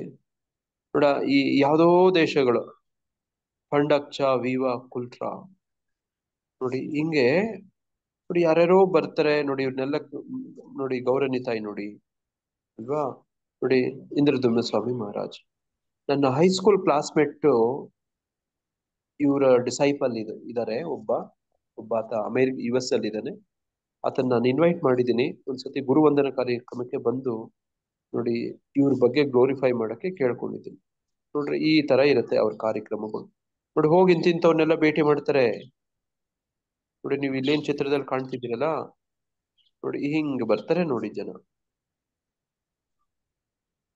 ನೋಡಿ. ಹಿಂಗೆ ಅವರು ಕಾಲಲ್ಲೇ ಹಿಂಗೆ ನಡಗೆ ಮಾಡ್ಕೊಂಡು ಹೋಗ್ತಾರೆ ನೋಡಿ. ಸನ್ಯಾಸಿ ಅಂತಂದ್ರೆ ಹಂಗೆ ಡೇಂಜರ್ಸ್ ನೆಲ್ಲನು ಎದುರಿಸ್ಬೇಕಾಗತ್ತೆ ನೋಡಿ. ನೀವೆಲ್ಲ ಇದೆಲ್ಲ ಏನ್ ನೋಡ್ತಿದ್ರಿ ನೋಡಿ, ಅಲ್ಲಿ ನಡೆದಂತ ಒಂದು ಫೇಸ್ಬುಕ್ ಅಲ್ಲಿ ಹಾಕಿರುವಂತ ನೋಡಿ ಒಂದು ಫೋಟೋ ನೋಡಿ. ಹೋಗಿ ನೋಡಿ ಹಿಂಗೆಲ್ಲ ಅಡ್ರೆಸ್ ಮಾಡ್ತಾರೆ ಅವ್ರಿಗೆ ನೋಡಿ. ಅವ್ರಿಗೆ ಕೀರ್ತನೆ ಮಾಡಿಸ್ತಾರೆ ನೋಡಿ. ಮಲ್ಕೊಂಡ್ ನಿದ್ದೆ ಮಾಡಲ್ಲ ಮನೆಯಲ್ಲಿ. ನಾನು ವಯಸ್ಸಾಗಿದೆ ಸನ್ಯಾಸಿ ನನಗೆ ನೋಡಿ ಅಂತ ಹೇಳಿ ಅವ್ರು ಮಲ್ಕೊಂಡ್ ನಿದ್ದೆ ಮಾಡಲ್ಲ ನೋಡಿ. ಈ ತರದ್ ಹೋಗಿ ಇಂತೋ ಯಾರ್ಯಾರನೋ ಭೇಟಿ ಮಾಡ್ತಾರೆ ನೋಡಿ. ವಿವಾ ಕುಲ್ಟುರಾ ಫೆಸ್ಟಿವಲ್ ಇಂಡಿಯಾ ಈ ತರದ್ದು ನೋಡಿ. ಹಿಂಗೆ ಒಬ್ಬ ಸನ್ಯಾಸಿ ಆದವನ್ ಮಾಡ್ಬೇಕಾಗಿರೋ ಕೆಲಸ. ಹರೇ ಕೃಷ್ಣ, ಹರೇ ಕೃಷ್ಣ. ಹಿಂಗೆ ಇಲ್ಲಿ ಹೇಳ್ತಾರೆ, ಅದಕ್ಕಾಗಿ ನಿರ್ಭಯನಾಗಿರ್ಬೇಕು ಸನ್ಯಾಸಿ. ನಾನು ಎಲ್ಲಿಂದ ಎಲ್ಲಿಗೆ ಶುರು ಮಾಡಿದೆ? ಒಬ್ಬ ಬ್ರಹ್ಮಚಾರಿ ಆಶ್ರಮದಿಂದ. ನೋಡಿ, ಮೊದಲು ನಾನು ಇಷ್ಟೊತ್ತು ಏನೇನ್ ಚರ್ಚೆ ಮಾಡಿದೆ, ಎಲ್ಲಿಂದ ಪ್ರಾರಂಭ ಮಾಡಿದೆ? ಬ್ರಹ್ಮಚಾರ್ಯ, ಗೃಹಸ್ಥ, ವಾನಪ್ರಸ್ಥ, ಸನ್ಯಾಸಿ ಅಂತ ಶುರು ಮಾಡಿದ್ವಿ. ಸಂಸ್ಕಾರಗಳಿಂದ ಶುರು ಮಾಡಿದ್ವಿ ನಾವು ಚರ್ಚೆ. ವರ್ಣ ಆಶ್ರಮ. ಮತ್ತೆ ಸಂಸ್ಕಾರಗಳಿಂದ ಶುರು ಮಾಡಿದ್ವಿ. ಯಾರ್ಯಾರಿಗೆ ಏನೇನ್ ಸಂಸ್ಕಾರ, ಏನೇನ್ ಸಂಸ್ಕಾರಗಳಿದಾವೆ, ಯಾರ್ಯಾರಿಗೆ ಏನೇನ್ ಸಂಸ್ಕಾರಗಳು ಸಿಗ್ತವೆ ನೋಡಿ, ಇವೆಲ್ಲ ಚರ್ಚೆ ಮಾಡಿದ್ವಿ ಅಲ್ವಾ. ಅಲ್ಲಿಂದ ಶುರು ಹಚ್ಕೊಂಡು ವರ್ಣ ಮತ್ತೆ ಆಶ್ರಮ ನೋಡಿ, ಆ ವರ್ಣದವ್ರು ಏನೇನ್, ಯಾವ್ಯಾವ ವರ್ಣದವ್ರು ಏನೇನ್ ಮಾಡ್ಬೇಕು ನೋಡಿ. ಒಟ್ಟು ಸ್ಟೂಡೆಂಟ್ ನೋಡಿ, ಸ್ಟೂಡೆಂಟ್ ಅಂದ್ರೆ ಏನು ನೋಡಿ, ಇದನ್ನೆಲ್ಲ ಚರ್ಚೆ ಮಾಡ್ತಾ ಬಂದ್ವಿ ನಾವು. ನೋಡಿ, ಹಿಂಗೆ ಆತನು ಒಬ್ಬ ಗೃಹಸ್ಥ ಆಶ್ರಮವನ್ನ ಹೆಂಗೆ ಸ್ವೀಕರಿಸ್ತಾನೆ ಅಲ್ವಾ, ಒಬ್ಬ ವ್ಯಕ್ತಿ ಹೆಂಗೆ, ನಾವು ಕಾಶಿ ಯಾತ್ರೆ ಬಗ್ಗೆ ಎಲ್ಲ ಚರ್ಚೆ ಮಾಡಿದ್ವಿ ನೋಡಿ. ಆಮೇಲೆ ಗೃಹಸ್ಥನಾಗಿ 25 ವರ್ಷ 30 ವರ್ಷ ಬದುಕಿ ನೋಡಿ, ತನ್ನ ಮಕ್ಕಳ ಒಂದು ವಯಸ್ಸಿಗೆ ಬರ್ತಾರೆ, ಜವಾಬ್ದಾರಿ ತಗೊಳ್ಳೋ ವಯಸ್ಸಿಗೆ ಬರ್ತಾರೆ, ಜವಾಬ್ದಾರಿನ ಕೊಟ್ಟು ತಾನು ತನ್ನ ಪತ್ನಿ ನೋಡಿ ವಾನಪ್ರಸ್ಥಕ್ಕೆ ಹೋಗ್ಬೇಕು. ನೋಡಿ, ಈಗ ವನಕ್ಕೆಲ್ಲ ಹೋಗಿ ಬದುಕಿದ್ರೆ ಅರೆಸ್ಟ್ ಮಾಡ್ತಾರೆ ನೋಡಿ. ಮೊನ್ನೆ ಒಬ್ಬ ರಷ್ಯನ್ ನೋಡಿ, ಒಬ್ಬ ಲೇಡಿ ಈ ಗೋಕರ್ಣದಲ್ಲಿ ಗುಹೆಯಲ್ಲಿ ಇಬ್ಬರು ಚಿಕ್ಕ ಮಕ್ಕಳ ಜೊತೆ ಮೊನ್ನೆ ನೋಡಿ ಪೊಲೀಸರು ಹೋಗಿ ಕರ್ಕೊಂಡ್ ಬಂದ್ರು ನೋಡಿ. ಪುನರ್ವಸತಿ ಕೇಂದ್ರದಲ್ಲಿ ಇವಾಗ ಸೇರಿಸಿದ್ದಾರೆ. ಗೊತ್ತಾ ನಿಮ್ಗೆ? ಓದಿದ್ರೆ ಯಾರಾದ್ರು? ಪ್ರಭುಜಿ, ಇಬ್ರು ಮಕ್ಕಳ ಎಷ್ಟೋ ವರ್ಷದಿಂದ ಯಾರಿಗ್ ಗೊತ್ತಾಗದಾಗೆ ಅವ್ರ ಮಕ್ಕಳಿಗೆ ಪ್ರಾರ್ಥನೆ ಮಾಡ್ತಿರ್ತಾಳ ಪ್ರಭುಜಿ, ಒಂದು ವಿಗ್ರಹದ ಮುಂದೆ. ನೋಡಿದಿರ್ತೀರಲ್ವಾ ನೋಡಿ. ಹಂಗೆ ಯೂಟ್ಯೂಬ್ ಅಲ್ಲೂ ತುಂಬಾ ಅದು ಪ್ರಚಾರ ಆಗ್ತಾ ಇದೆ, ನ್ಯೂಸ್ ಪೇಪರ್ ಅಲ್ಲೆಲ್ಲ ಬಂದಿತ್ತು. ಹಂಗೆ ನಾನು ಏನ್ ಹೇಳಕ್ ಪ್ರಯತ್ನ ಪಡ್ತಿದ್ದೀನಿ ಅಂದ್ರೆ ನೋಡ್ರಿ, ಯಾರ್ಯಾರೋ ಹೆಂಗೆಂಗೋ ಪ್ರಪಂಚದಲ್ಲಿ ಬದುಕಕ್ಕೆ, ನಿರ್ಭಯದಿಂದ ಬದುಕಕ್ಕೆ ನೋಡಿ. ನಾನು ಇಲ್ಲಿ ಗೂಗಲ್ ಸರ್ಚ್ ಮಾಡಿ ತೋರಿಸ್ತೀನಿ, ನೀವಾದ್ರೂ ನೋಡಿ. ನೀವು ನೋಡಿ, ರಷ್ಯನ್ ಲೇಡಿ ಇನ್ ಗೋಕರ್ಣ ನೋಡಿ, ಒಂದು ಗುಹೆಯಲ್ಲಿ ಇದ್ದಾಳೆ ಆಕೆ ನೋಡಿ. 2 ಮಕ್ಕಳಿದಾವೆ ಆಕೆಗೆ. ಅದು ಚಿಕ್ಕ ಮಕ್ಕಳು. ನೀವು ಹೆಂಗಿದ್ದೀರಿ ಅಂದ್ರೆ, ನಾವು ಆರಾಮಾಗಿದ್ದೀರಿ, ಇದೇ ನಮ್ ಬದುಕು, ಇದೇ ತುಂಬಾ ಚೆನ್ನಾಗಿದೆ ಅಂತ ಹೇಳ್ತಾಳೆ ಅಮ್ಮ ನೋಡಿ. ನಿರ್ಭಯ. ಯಾಕೆ ನಿರ್ಭಯ? ಡಿಪೆಂಡ್ ನಂಬಿಕೆ. ಏನು ಬೇಕು ಅಂದ್ಕೊಂಡಿರಲ್ಲ ಪ್ರಭುಜಿ. ಅವಶ್ಯ ರಕ್ಷಿಸೇ ಕೃಷ್ಣ ಅಂತ ಭಗವಂತನ ಮೇಲೆ ನಂಬಿಕೆ. ನೋಡಿ, how a Russian women survived 8 years in a cave in Karnataka. 8 years ಇರ್ಲಿಲ್ಲ, ಎರಡು ವಾರ ಅಷ್ಟೇನೆ ಇದ್ದದ್ದು ನೋಡಿ. ನೋಡಿ, we are not dying. Russian women rescued from Gokarna cave ನೋಡಿ. We were not dying. Mysterious surrounds Russian mum and children found in Indian cave ನೋಡಿ. ಹಿಂಗೆಲ್ಲ ಹೋಗ್ಬೇಕು, ಅಲ್ಲಿ ಇರ್ಬೇಕು ಅಂತಂದ್ರೆ ನೋಡಿ, ಇಲ್ಲಿ ಕಾಣಿಸ್ತಿದ್ಯಾ ಚಿತ್ರದಲ್ಲಿ? 2 ಮಕ್ಕಳು ನೋಡಿ. ನೋಡಿ, ಇವರಿಬ್ಬರು ಮಕ್ಕಳನ್ನ ಇಟ್ಕೊಂಡು ಎಮ್ಮ ಆ ಗುಹೆಯಲ್ಲಿದ್ದಾಳೆ. ಭಯ ಇಲ್ವಾ? ನೀವಿರ್ತೀರಾ ಯಾರಾದ್ರೂ? ನೋಡಿ, ಇದು ಗುಹೆ ನೋಡಿ. ಫಾರೆಸ್ಟ್ ಡಿಪಾರ್ಟ್ಮೆಂಟ್ ಅವರು, ಪೊಲೀಸರು ಎಲ್ಲ ಹೋಗಿ ಅರೆಸ್ಟ್ ಮಾಡ್ಕೊಂಡು ಬಂದಿದ್ದಾರೆ ನೋಡಿ. ಇದು ನಮ್ಮ ವರ್ಣಾಶ್ರಮದಲ್ಲಿ ಇದಕ್ಕೆ ಪ್ರೋತ್ಸಾಹ, ಈ ವಿಷಯಕ್ಕೆ ಒಪ್ಪೋದಿಲ್ಲ ನೋಡಿ. ವಿಶೇಷವಾಗಿ ಹೆಣ್ಮಕ್ಳು ನೋಡಿ. ಅದಕ್ಕೆ ನಮ್ಮಲ್ಲಿ ಒಂದು ವಿಚಾರ ಆಚಾರ ಎಲ್ಲ ಇರೋದಂಥದ್ದು ನೋಡಿ. ಈ ಮನುಸ್ಮೃತಿಯಲ್ಲಿ ಈ ಕಾರಣಕ್ಕೆ ಮನುಸ್ಮೃತಿಯನ್ನ ಈ ಸ್ತ್ರೀವಾದಿಗಳು ದ್ವೇಷಿಸ್ತಾರೆ. ಯಾವದಕ್ಕೆ? ಸ್ತ್ರೀಗೆ ಸ್ವತಂತ್ರಂ ನ ಅರ್ಹತಿ ಅಂತ ಹೇಳ್ತಾರೆ ನೋಡಿ. ಬಾಲ್ಯದಲ್ಲಿ ನೋಡಿ ತಂದೆ ಆಶ್ರಯದಲ್ಲಿ, ಯೌವನದಲ್ಲಿ ಪತಿ ಆಶ್ರಯದಲ್ಲಿ ನೋಡಿ, ವೃದ್ಧಾಪ್ಯದಲ್ಲಿ ಮಗನ ಆಶ್ರಯದಲ್ಲಿ ನೋಡಿ, ಸ್ತ್ರೀ ಯಾವಾಗ್ಲೂ ಆಶ್ರಯದಲ್ಲೇ ಇರ್ಬೇಕು ಅಂತ. ಯಾಕೆ ನೋಡಿ, ಆ ದೇಹ ನೋಡಿ, ಆ ಮನಸ್ಸು ನೋಡಿ, ಇವೆಲ್ಲ ಬಹಳ ಕೋಮಲವಾಗಿರ್ತವೆ. ಅವುಗಳಿಗೆ ನೋಡಿ, ಈ ತರ ಕಾಡಲ್ಲೆಲ್ಲ ಹೋಗಿ ಹೇಳೋದು ನಮ್ಮ ನೋಡಿ, ಸನಾತನ ಸಂಸ್ಕೃತಿ ಅಲ್ಲ. ನೋಡಿ, ಇದರಿಂದ ಬಹಳ ಸಮಸ್ಯೆಗಳು, ವ್ಯತಿರಿಕ್ತಗಳೆಲ್ಲ ಆಗ್ತವೆ. ನೋಡಿ, ಅದಕ್ಕೆ ನಮ್ಮ ಸಮಾಜವನ್ನ ಹೆಂಗೆ ಮಾಡಿದ್ದಾರೆ ಅಂದ್ರೆ, ನಮ್ಮ ಪ್ರಭುಪಾದರು ಹೇಳ್ತಿದ್ರು, ಇನ್ ಇಸ್ಕಾನ್ ಆಲ್ ಏನು ladies has to be married, ಎಲ್ಲರಿಗೂ ಮದುವೆ ಆಗ್ಲೇಬೇಕು, all proposes should become brahmacharis ಅಂತ. ಇದು ಸಾಧ್ಯನಾ? ನೋಡಿ, ಬ್ರಹ್ಮಚಾರೀಸ್ ಆಗಿ ಟ್ರೈನ್ ಅಪ್ ಆಗ್ಬೇಕು ಅಂತ, ಮತ್ತೆ ಆಲ್ ರಿಮೈನ್ ಬ್ರಹ್ಮಚಾರಿ ಅಂತ, ಅದು ಸಾಧ್ಯ ಇಲ್ಲ ಅಲ್ವಾ? All ladies should be married ಅಂತಂದ್ರೆ ನೋಡಿ, ಗೃಹಸ್ಥಾಶ್ರಮ ಹೇಳುತ್ತೆ ಅಲ್ವಾ? ನೋಡಿ, ಹಂಗೇ ಬದುಕ್ಬೇಕು. ಹಿಂಗೆಲ್ಲ ಕಾಡಲ್ಲಿ ಹೋಗಿ ಗುಹೆಯಲ್ಲಿ ನೋಡಿ ಇಬ್ರು ಮಕ್ಳು ಇಟ್ಕೊಂಡು ಅಲ್ಲೇ ಹೋಗಿ ನಾನು ಬದುಕ್ತೀನಿ ಅಂತಂದ್ರೆ ಇದು ತುಂಬಾ ಸಮಸ್ಯೆಗಳಾಗ್ತವೆ. ಸಮಾಜ ಹಿಂಗಲ್ಲ ಮಾಡಿರೋದು. ನೋಡಿ, ಈಕೆಗೆ ಭಯನೇ ಇಲ್ಲ ನೋಡಿ, ಬಂಡ ಧೈರ್ಯ ಅಲ್ವಾ? ಆದ್ರೂ ಕೂಡ ಇದು ನಾಗರಿಕ ಆರ್ಯ ಸಮಾಜ ಈ ತರ ಹೇಳೋದಿಲ್ಲ. ನೋಡಿ, ಹಿಂಗೆ ನಾನೇನ್ ಹೇಳಕ್ ಪ್ರಯತ್ನ ಪಡ್ತಿದ್ದೇನೆ ಅಂದ್ರೆ, ಇಲ್ಲಿ ನಿರ್ಭಯದ ವಿಚಾರವನ್ನ ಮಾತಾಡ್ತಿದೀವಿ. ನೋಡಿ, ಇಲ್ಲಿ ಒಬ್ಬ ಸನ್ಯಾಸಿ ಅಂದ್ರೆ ಹಿಂಗಿರ್ತೇನೆ, ನನ್ನ ಸಂಬಂಧಗಳನ್ನು ಬಿಟ್ಟ ಮೇಲೆ ನನ್ನನ್ನು ಯಾರು ರಕ್ಷಿಸುತ್ತಾರೆ ಎಂದು ಯೋಚಿಸುವ ಮನುಷ್ಯನು ಸನ್ಯಾಸವನ್ನು ಸ್ವೀಕರಿಸಬಾರದು. ಅಂತರ್ಯಾಮಿ ಪರಮಾತ್ಮನಾಗಿ ಕೃಷ್ಣನು ಅಥವಾ ದೇವೋತ್ತಮ ಪರಮ ಪುರುಷನು ಸದಾ ಒಳಗಿದ್ದಾನೆ. ಅವನು ಎಲ್ಲವನ್ನೂ ನೋಡುತ್ತಾನೆ. ಮನುಷ್ಯನು ಏನು ಮಾಡಬೇಕೆಂದು ಉದ್ದೇಶಿಸಿದ್ದಾನೆ ಎನ್ನುವುದು ಅವನಿಗೆ ತಿಳಿದಿರುತ್ತದೆ ಎಂದು ಮನುಷ್ಯನಿಗೆ ಸಂಪೂರ್ಣ ನಂಬಿಕೆ ಇರಬೇಕು. ತನಗೆ ಶರಣಾಗತನಾದ ಆತ್ಮವನ್ನು ಪರಮಾತ್ಮನಾದ ಕೃಷ್ಣನು ನೋಡಿಕೊಳ್ಳುತ್ತಾನೆ ಎಂದು ದೃಢ ನಂಬಿಕೆಯು ಅಗತ್ಯ. ಇದು ಯಾವ ಶ್ಲೋಕದಲ್ಲಿ ಹೇಳ್ತಾರೆ ಈ ತರ? ಈ ಶ್ಲೋಕಕ್ಕೊಂದು ಆಧಾರ ಕೊಡಿ. ಅನನ್ಯ ಚಿಂತೆಯಂತ. ಓಕೆ, ವೆರಿ ಗುಡ್ ಮಾತಾಜಿ. ಮತ್ತೆ ಇನ್ಯಾರಾದ್ರೂ ಏನಾದ್ರು ಹೇಳ್ತೀರಾ? ಸರ್ವಧರ್ಮಾನ್ ಪರಿತ್ಯಜ್ಯ ಅದನ್ನ ಹೇಳಿ. ಇಲ್ಲ ಮಾತಾಜಿ, ಕೇವಲ ಕೆಲವೇ ದಿನಗಳ ಹಿಂದೆ ನಾವು ಇದನ್ನು ಕಂಠಪಾಠ ಮಾಡ್ಕೊಂಡ್ವಿ, ಮಾರ್ಕ್ ಮಾಡ್ಕೊಂಡ್ವಿ, ಇದು ಬಹಳ ಮುಖ್ಯವಾದ ಶ್ಲೋಕ ಅಂತ ಹೇಳಿ. ಯಾವ ಶ್ಲೋಕ? ಕೆಲವೇ ದಿನ. ಮದ್ಭಕ್ತು. ಇಲ್ಲ ಇಲ್ಲ, ಈ ಸಾಲೆ ನಾನು ಇನ್ನೊಂದ್ಸತಿ ಓದ್ತೀನಿ, ಕೇಳಿಸ್ಕೊಳ್ಳಿ. ಜ್ಞಾನ ಯೋಗನ ಪ್ರಭು? ನೋಡಿ, ಅಂತರ್ಯಾಮಿ ಪರಮಾತ್ಮನಾಗಿ ಕೃಷ್ಣನು ಅಥವಾ ದೇವೋತ್ತಮ ಪರಮ ಪುರುಷನು ಸದಾ ಒಳಗಿದ್ದಾನೆ. ಉಪದೃಷ್ಟ ಹನುಮಂತ. ಉಪದೃಷ್ಟ ಹನುಮಂತ ಅಲ್ವಾ? ನೋಡಿ, ಅದು ಎಷ್ಟನೇ ಅಧ್ಯಾಯದ ಎಷ್ಟನೇ ಶ್ಲೋಕ ನೋಡಿ? ಅದು ಒಂದು ಅದೇ ಸಂದರ್ಭ ಇತ್ತೀಚೆಗೆ ಅಂದ್ರೆ ಅದನ್ನು ಓದಿ ನಾವು, ಅದು ತುಂಬಾ ದಿನ ಆಯ್ತು. ಅದು ಉಪದೃಷ್ಟ ಹನುಮಂತ ಪ್ರಭುಜಿ, ಪರಂ ಬ್ರಹ್ಮ ಪರಂಧಾಮ ಪರಮಂ ಪರಮಂ. ಇಲ್ಲ ಮತ್ತಜಿ, ನಾನೊಂದು ಕ್ಲೂ ಕೊಡ್ತೀನಿ, ಕೇಳಿಸ್ಕೊಳ್ಳಿ.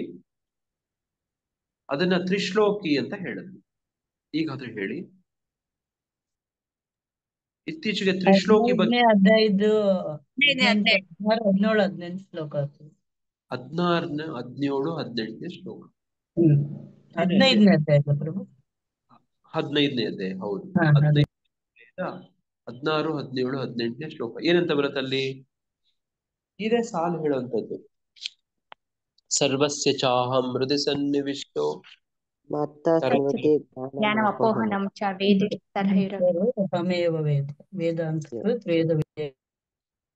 ನೋಡಿ, ಅಲ್ಲಿ ಸರ್ವಸ್ಯ ಚಾಹಂ ಹೃದಯ ಸನ್ನಿವಿಷ್ಟೋ, ಈ ಶ್ಲೋಕ ಯಾರಿಗೆಲ್ಲ ಕಂಠಪಾಠ ಆಗೋಗ್ಬಿಡುತ್ತೋ ನೋಡಿ, ಅವರು ಯಾವತ್ತೂ ನಿರ್ಭಯರಾಗಿರ್ತಾರೆ ಅನ್ನೋದು ಇವತ್ತಿನ ಟೇಕ್ ಹೋಮ್ ಮೆಸೇಜ್.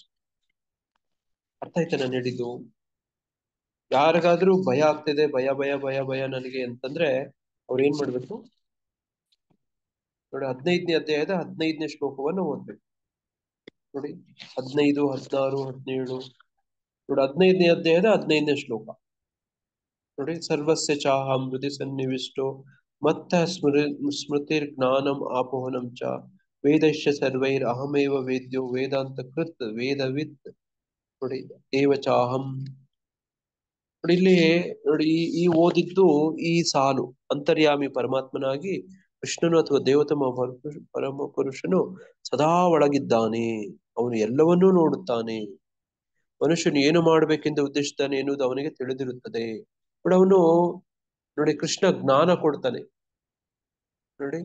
ದದಾಮಿ ಬುದ್ಧಿ ಯೋಗಂ ಅಂತ ಹೇಳ್ತಾನೆ ನೋಡಿ. ಜ್ಞಾನಂ ಆಪೋಹನಂ ಚ ಅಂತ ಹೇಳ್ತಾನೆ. ಮತ್ತ ಸ್ಮೃತಿರ್ ಜ್ಞಾನಂ ಆಪೋಹನಂ ಚ ನೋಡಿ, ಅಲ್ಲಿ ತಿಳುವಳಿಕೆ ಕೊಡ್ತಾನೆ ಭಗವಂತ ನೋಡಿ. ಹಂಗೆ ತನಗೆ ಶರಣಾಗತನಾದ ಆತ್ಮವನ್ನು ಪರಮಾತ್ಮನಾದ ಕೃಷ್ಣನು ನೋಡಿಕೊಳ್ಳುತ್ತಾನೆ ಎಂದು ದೃಢ ನಂಬಿಕೆ ಅಗತ್ಯ.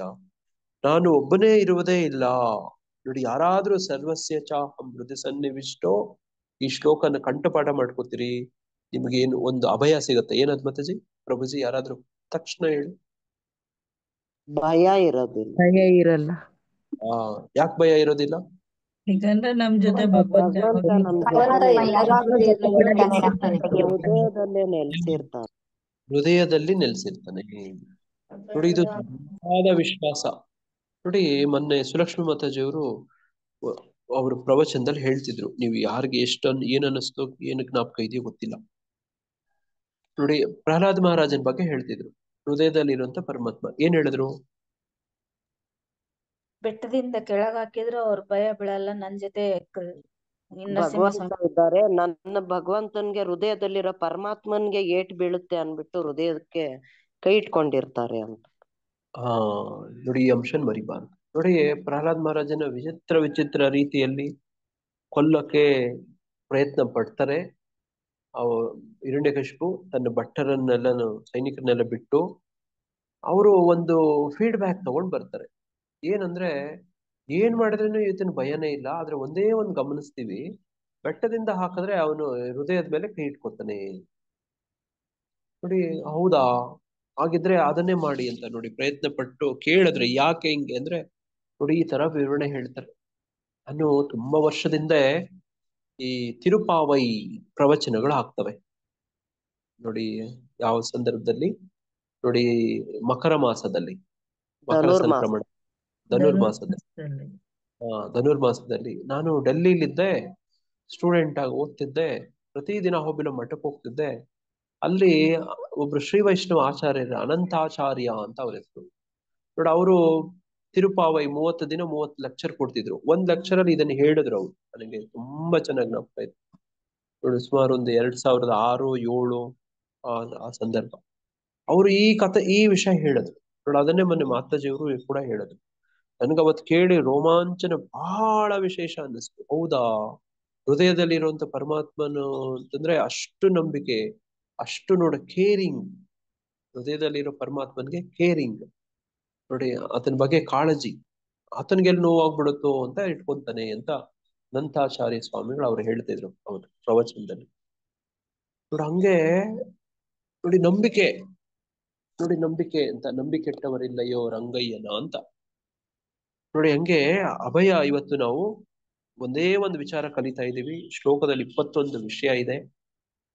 ನೋಡಿ, 25ನೇ ವಿಷಯದಲ್ಲಿ ಇವತ್ತು ಒಂದೇ ಒಂದು ವಿಷಯ ಕಲ್ತಿದ್ದೀವಿ. ನೋಡಿ, ನಾನು ಒಬ್ಬನೇ ಇರುವುದೇ ಇಲ್ಲ, ಅರಣ್ಯದ ಅತಿ ಕತ್ತಲು ಪ್ರದೇಶದಲ್ಲಿ ನಾನಿದ್ದರೂ ಕೃಷ್ಣನು ನನ್ನೊಡನೆ ಇರುತ್ತಾನೆ, ಅವನು ನನಗೆ ಎಲ್ಲ ರಕ್ಷಣೆಯನ್ನು ಕೊಡುತ್ತಾನೆ ಎಂದು ಯೋಚಿಸಬೇಕು. ಈ ದೃಢ ನಂಬಿಕೆಗೆ ಅಭಯ ಎಂದು ಹೆಸರು. ಸನ್ಯಾಸಿಯಾಗಿರುವವನಿಗೆ ಈ ಮಾನಸಿಕ ಸ್ಥಿತಿಯು ಅತ್ಯವಶ್ಯ. ನೋಡಿ, ನಮ್ಮ ಪರಂಪರೆ, ನಮ್ಮ ಗೌಡಿಯ ಪರಂಪರೆ ಯಾರಿಂದ ಶುರುವಾಗುತ್ತೆ? ಗೌಡಿ, ಓಕೆ, ನಾರದರು, ನಾರದರ ಅಲ್ಲ. ನಾನು ನೋಡಿ, ಅದು ಬ್ರಹ್ಮ ಪರಂಪರೆ ಆಯ್ತು, ನಾರದರ ಪರಂಪರೆ ಆಯ್ತು. ನಾನು ಗೌಡಿಯ ಪರಂಪರೆ ಅಂತ. ಕೆಳಗಡೆ ಬನ್ನಿ, ನಾರದರ ತನಕ ಹೋಗ್ಬೇಡಿ, ಮಧ್ವರ ತನಕ ಹೋಗ್ಬೇಡಿ, ವ್ಯಾಸರ ತನಕ ಹೋಗ್ಬೇಡಿ, ಇನ್ನು ಕೆಳಗಡೆ ಬನ್ನಿ. ಚೈತನ್ಯ ಮಹಾಪ್ರಭುಗಳ ಗುರುಗಳು ಯಾರು? ಅವ್ರ ಗುರುಗಳು ಅವ್ರ ಗುರುಗಳು ಯಾರು? ಲಕ್ಷ್ಮೀಪತಿ. ನೋಡಿ, ಲಕ್ಷ್ಮೀಪತಿ ತೀರ್ಥರವರೆಗೂ ನೋಡಿ ಅದು ಮಧ್ವ ಪರಂಪರೆ. ಲಕ್ಷ್ಮೀಪತಿ ತೀರ್ಥರ ನಂತರ ಬರುತ್ತೆ ನೋಡಿ, ಅದು ಗೌಡಿಯ ಪರಂಪರೆ. ಅಲ್ಲ, ಹಂಗ ಹೇಳ್ಬೇಡಿ. ನಾನೇನೋ ಒಂದು ಅಂಶ ಹೇಳ್ತಾ ಇದ್ದೀನಿ ನೋಡಿ. ಲಕ್ಷ್ಮೀಪತಿ ತೀರ್ಥರ ಗುರುಗಳು ವ್ಯಾಸ ತೀರ್ಥರು, ಅವರೆಲ್ಲ ಮಧ್ವ ಪರಂಪರೆ. ನಮ್ಮ ಕವಲು ಒಡೆದ ಬಂದಂಗೆ ಒಂದು ಕವಲು. ನಿತ್ಯಾನಂದ ಅದ್ವೈತ ಈಗಾಗ್ಲೇ ಉತ್ತರ ಹೇಳ್ಬಿಟ್ಟಿದೀವಿ, ಇನ್ನು ಚರ್ಚೆ ಮಾಡ್ತೀವಿ. ಮಾಧವೇಂದ್ರಪುರಿ ಅವರಿಂದ ಮಾಧವೇಂದ್ರಪುರಿ ಅಂತ ಹೇಳ್ಬಿಟ್ಟಿದೀವಿ. ಈಗ ಚರ್ಚೆ ಮಾಡ್ತಾ ಇದೀವಿ, ಆ ವಿಷಯವಾಗಿ ಮಾತಾಡ್ತಿದ್ದೀವಿ ಅಲ್ವಾ? ನೋಡಿ, ಅದು ಕವಲು ಹೊಡೆದಂತ ದಾರಿ. ಅದು ಅಲ್ಲಿಂದ ಒಂದು ಬ್ರಾಂಚ್ ಔಟ್ ನೋಡಿ. ಅಲ್ಲಿಂದ ರಾಧಾಕೃಷ್ಣನ ಆರಾಧನೆ ನೋಡಿ. ಈ ಏನು ಹೇಳ್ತಾರೆ, ಪ್ರೇಮ ಭಕ್ತಿ ನೋಡಿ, ಮಾಧುರ್ಯ ನೋಡಿ, ಈ ಕಡೆಗೆ ಕವಲೊಡೆದಂತ ದಾರಿ. ಅಲ್ಲಿಂದ ಮಧ್ವ ಪರಂಪರೆಯಿಂದ ಗೌಡಿಯ ಪರಂಪರೆ ಮಾಧವೇಂದ್ರಪುರಿಯಿಂದ ಶುರುವಾಗತ್ತೆ ನೋಡಿ. ಅವರನ್ನ ಈ ಗೌಡಿಯ ದೇಶದಲ್ಲಿ ಪ್ರಚಾರ ಮಾಡಕ್ ಕಳಿಸ್ಕೊಡ್ತಾರೆ ನೋಡಿ. ಆ ಮಾಧವೇಂದ್ರಪುರಿಯವರು ಇಲ್ಲಿ ಹೇಳ್ತಿರುವಂತ ಅಭಯ ಈ ಸನ್ಯಾಸಕ್ಕೆ ಅತೀ ಉತ್ತಮ ಉದಾಹರಣೆ. ಹೇಗೆ, ಯಾರಾದ್ರೂ ಹೇಳ್ತೀರಾ ಸ್ವಲ್ಪ? ಅವರು ಏನ್ ಪ್ರಭು ಕ್ವಶನ್? ಮಾಧವೇಂದ್ರಪುರಿಗಳು ಸನ್ಯಾಸ, ಇಲ್ಲಿ ನಾವು ಇಷ್ಟೊತ್ತು ಚರ್ಚೆ ಮಾಡ್ತಿರುವಂತದ್ದು ಅಭಯಾನ ವಿಷಯಕ್ಕೆ ನಾವು ಇಷ್ಟೊತ್ತು ಚರ್ಚೆ ಮಾಡಿದ್ವಲ್ಲ, ಅದಕ್ಕೆ ಅತ್ಯುತ್ತಮ ಉದಾಹರಣೆ ಮಾಧವೇಂದ್ರಪುರಿ. ಅವ್ರು ಚೈತನ್ಯ ಮಹಾಪ್ರಭುಗಳು ಮಠದಲ್ಲಿ ಕುತ್ಕೊಂಡು ಸೇವೆ ಧ್ಯಾನ ಮಾಡ್ತಿರ್ತಾರೆ ಪ್ರಭುಜಿ. ಒಂದು ಇದು ಕೇಳುತ್ತಲ್ಲ ಪ್ರಭುಜಿ. ಏನು ಆಹಾರನು ಸ್ವೀಕರಿಸ್ತಾ ಇರಲ್ಲ, ಭಗವಂತನೇ ಬಾಲಕನಾಗಿ ಬಂದು ಅವ್ರಿಗೆ ಹಾಲು ಕೊಟ್ಬಿಟ್ಟು ಹೋಗ್ತಾ ಇರ್ತಾರೆ. Very good Mataji. ನೋಡಿ, ಇದು ಪಾಯಿಂಟ್, ಇದೇ ಪಾಯಿಂಟ್. ಅವರೊಂದು ವ್ರತ ತಗೊಂಡಿರ್ತಾರೆ, ಆ ವ್ರತದ ಎಲ್ಲೂ ಕೇಳಿ ನಾನು ತಗೊಳಲ್ಲ ಅಂತ. ಅಲ್ಲಿ ಬಂದ ಜಾಗದಲ್ಲಿ ಆಹಾರ ತಂದು ಕೊಟ್ರೆ ತಿಂತಾರೆ. ಹೆಸರು ಅಜ್ಗರ ಅದೇನೋ ಒಂದು ಅಂದ್ರೆ ವೆರಿ ಗುಡ್. ಅದು ಪಾಡಿಗೆ ಬಂದ್ ಬೀಳುತ್ತೆ, ಆ ತರ ಅವ್ರ ವ್ರತ ಇರುತ್ತೆ ಪ್ರಭುಜಿ. ನೋಡಿ, ಸಂಸ್ಕೃತದಲ್ಲಿ ಅಜಗರ ಅಂತಂದ್ರೆ ಹೆಬ್ಬಾವು ಅಂತ. ಹೆಬ್ಬಾವು ಒಂದು ವಿಶೇಷ ಅದ್ರದ್ದು ಏನಂತಂದ್ರೆ ನೋಡಿ, ಅದ್ರ ಬೇಟೆನ ಅದು ಹುಡ್ಕೊಂಡು ಹೋಗಲ್ಲ. ಸಿಕ್ಕಿದ್ರೆ ತಿನ್ನುತ್ತೆ ಪ್ರಭುಜಿ, ಇಲ್ಲ ಅಂದ್ರೆ ಹೇಳಿ. ಅದತ್ರ ಬರ್ಬೇಕು ಅದು. ಆ ಒಂದು ಆಹಾರ ನೋಡಿ, ಹೆಬ್ಬಾವಿಗೆ ಹತ್ರ ಬರ್ಬೇಕು. ಹತ್ರ ಬಂದ್ರೆ ಬಿಡಲ್ಲ. ಅದು ಹತ್ರ ಬಂದ್ರೆ ಮಾತ್ರ ಅದು ಬೇಟೆಯಾಡೋದು ನೋಡಿ. ಇದಕ್ಕೆ ಎಂತ ವ್ರತ ಅಂತಾರೆ ಅಂದ್ರೆ ಅಜಗರ ಅಂತ ನೋಡಿ. ಅಜಗರ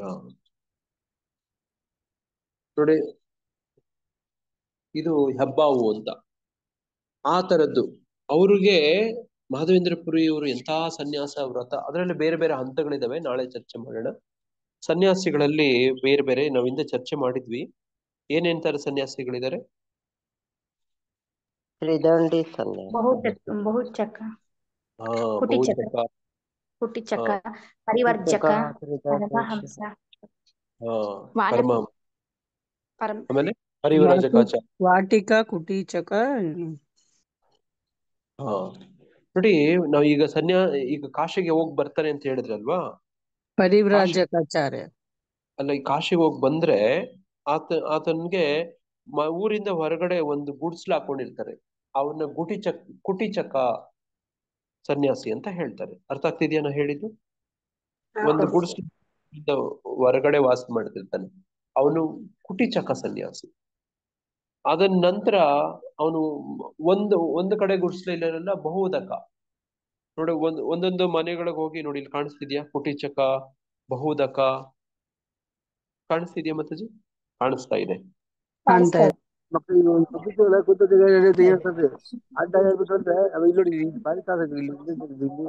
ಕುಟಿಚಕ ಸನ್ಯಾಸಿ ಕಾಶಿಗೆ ಹೋಗಿ ಬಂದ್ ಏನ್ ಮಾಡ್ತಾನೆ ಅವನು?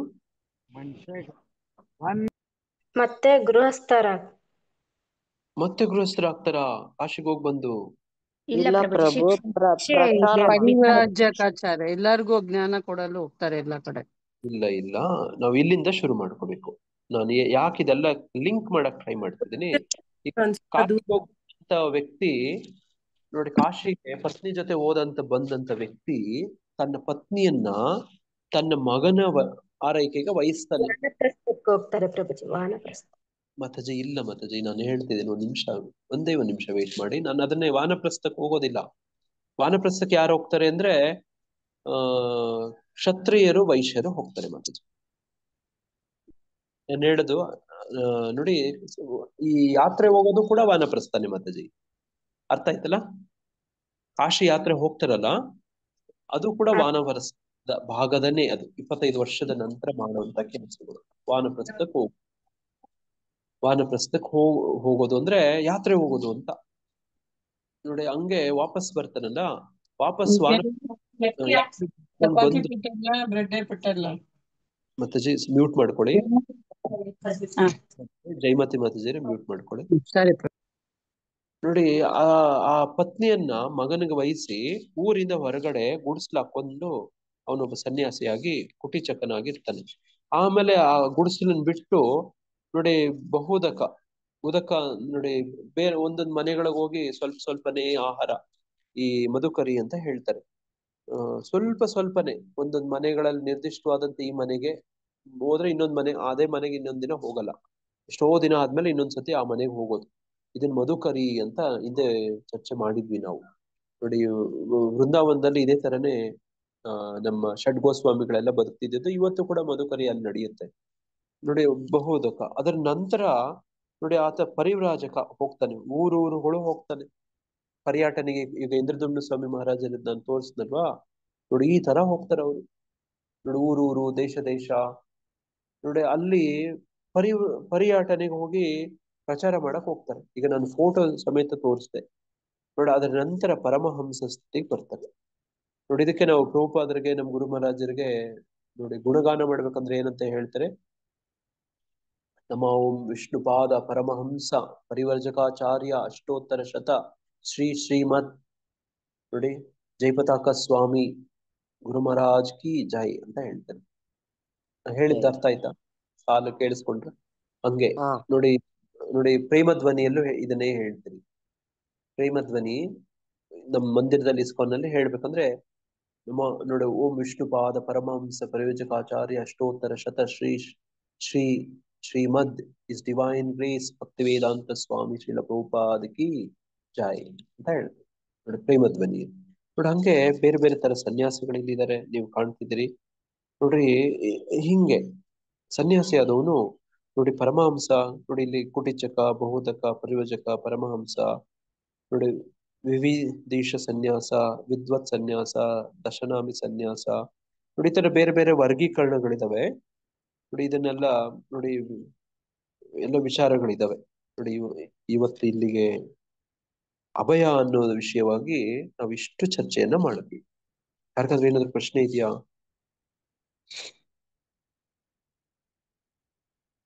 ಅಭಯ ಯಾಕಾಗ್ಬೇಕು ಅನ್ನೋಂಥ ವಿಚಾರ. ಯಾವ ಶ್ಲೋಕ ಜ್ಞಾಪಕ ಇಟ್ಕೋಬೇಕು ಅಭಯಕ್ಕೆ? ಭಗವದ್ಗೀತೆಯ ಸರ್ವಸ್ಯ ಚಾಹಂ ಹೃದಯ ಸನ್ನಿವೇಶಃ ಶ್ಲೋಕದ ಹದಿನೈದನೇ ಅಧ್ಯಾಯದ 16ನೇ ಶ್ಲೋಕ. 15. 15 15 ಶ್ಲೋಕ. 15ನೇ ಅಧ್ಯಾಯದ 15ನೇ ಶ್ಲೋಕ. 16, 17. ಅದು ತ್ರಿಶ್ಲೋಕಿಗೆ ಬರುತ್ತೆ. ಇದು 15ನೇ ಅಧ್ಯಾಯದ 15ನೇ ಶ್ಲೋಕ. ಸರ್ವಸ್ಯ ಚಾಹಂ ಹೃದಯ ಸನ್ನಿವಿಷ್ಟೋ ನೋಡಿ. ಅದು ಮುಂದೆ 16, 17, 18 ಎಲ್ಲ ಅದಕ್ಕೆ ಸಂಬಂಧನೇ ಇರುವಂತದ್ದೇ ಇದಾವೆ ನೋಡಿ. ಹಂಗೆ ಹೃದಯದಲ್ಲಿ ಕೃಷ್ಣ ಇದ್ದಾನೆ ಅನ್ನೋದು ವಿಚಾರ ನೋಡಿ.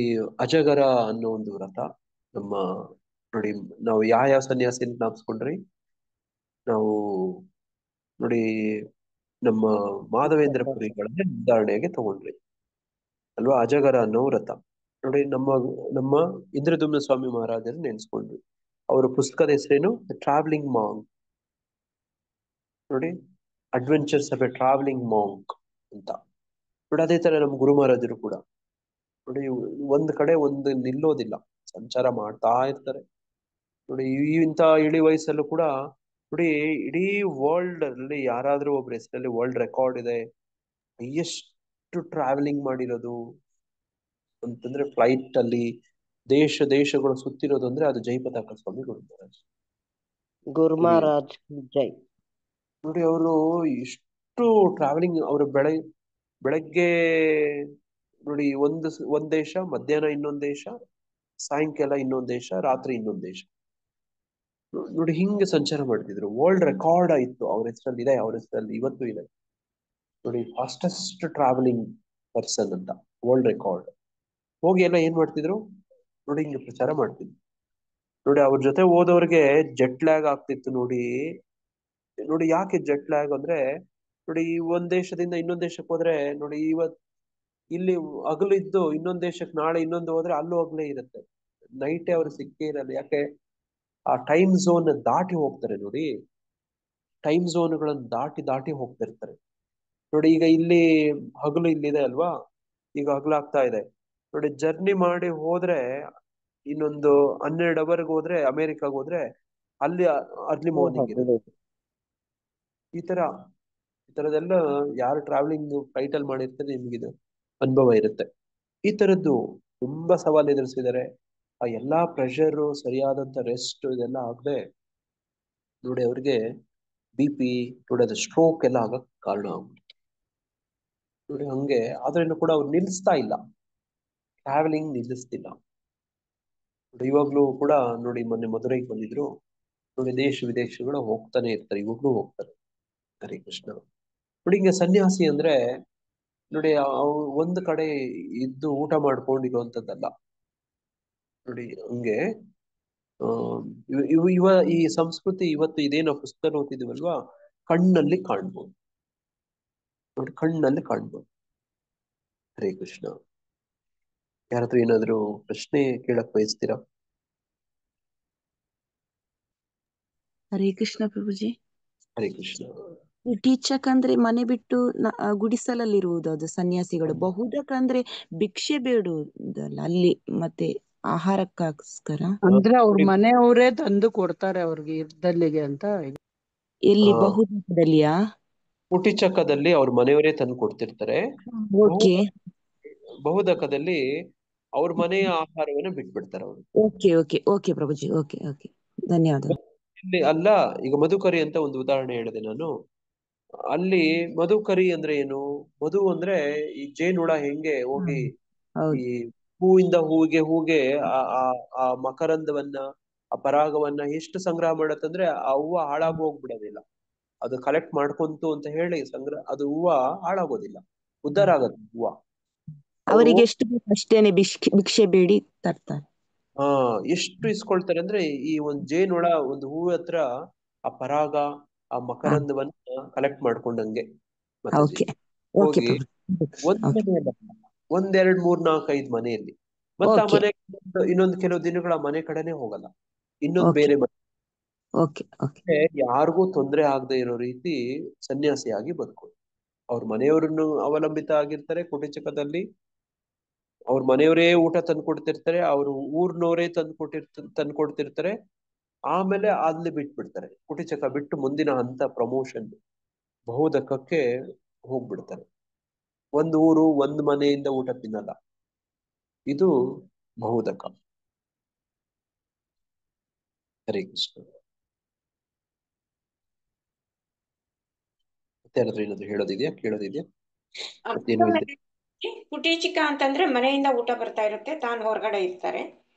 ಹೌದೌದು, ತಾನು ಮನೆಯಿಂದ ಹೊರಗಡೆ ಇರ್ತಾರೆ.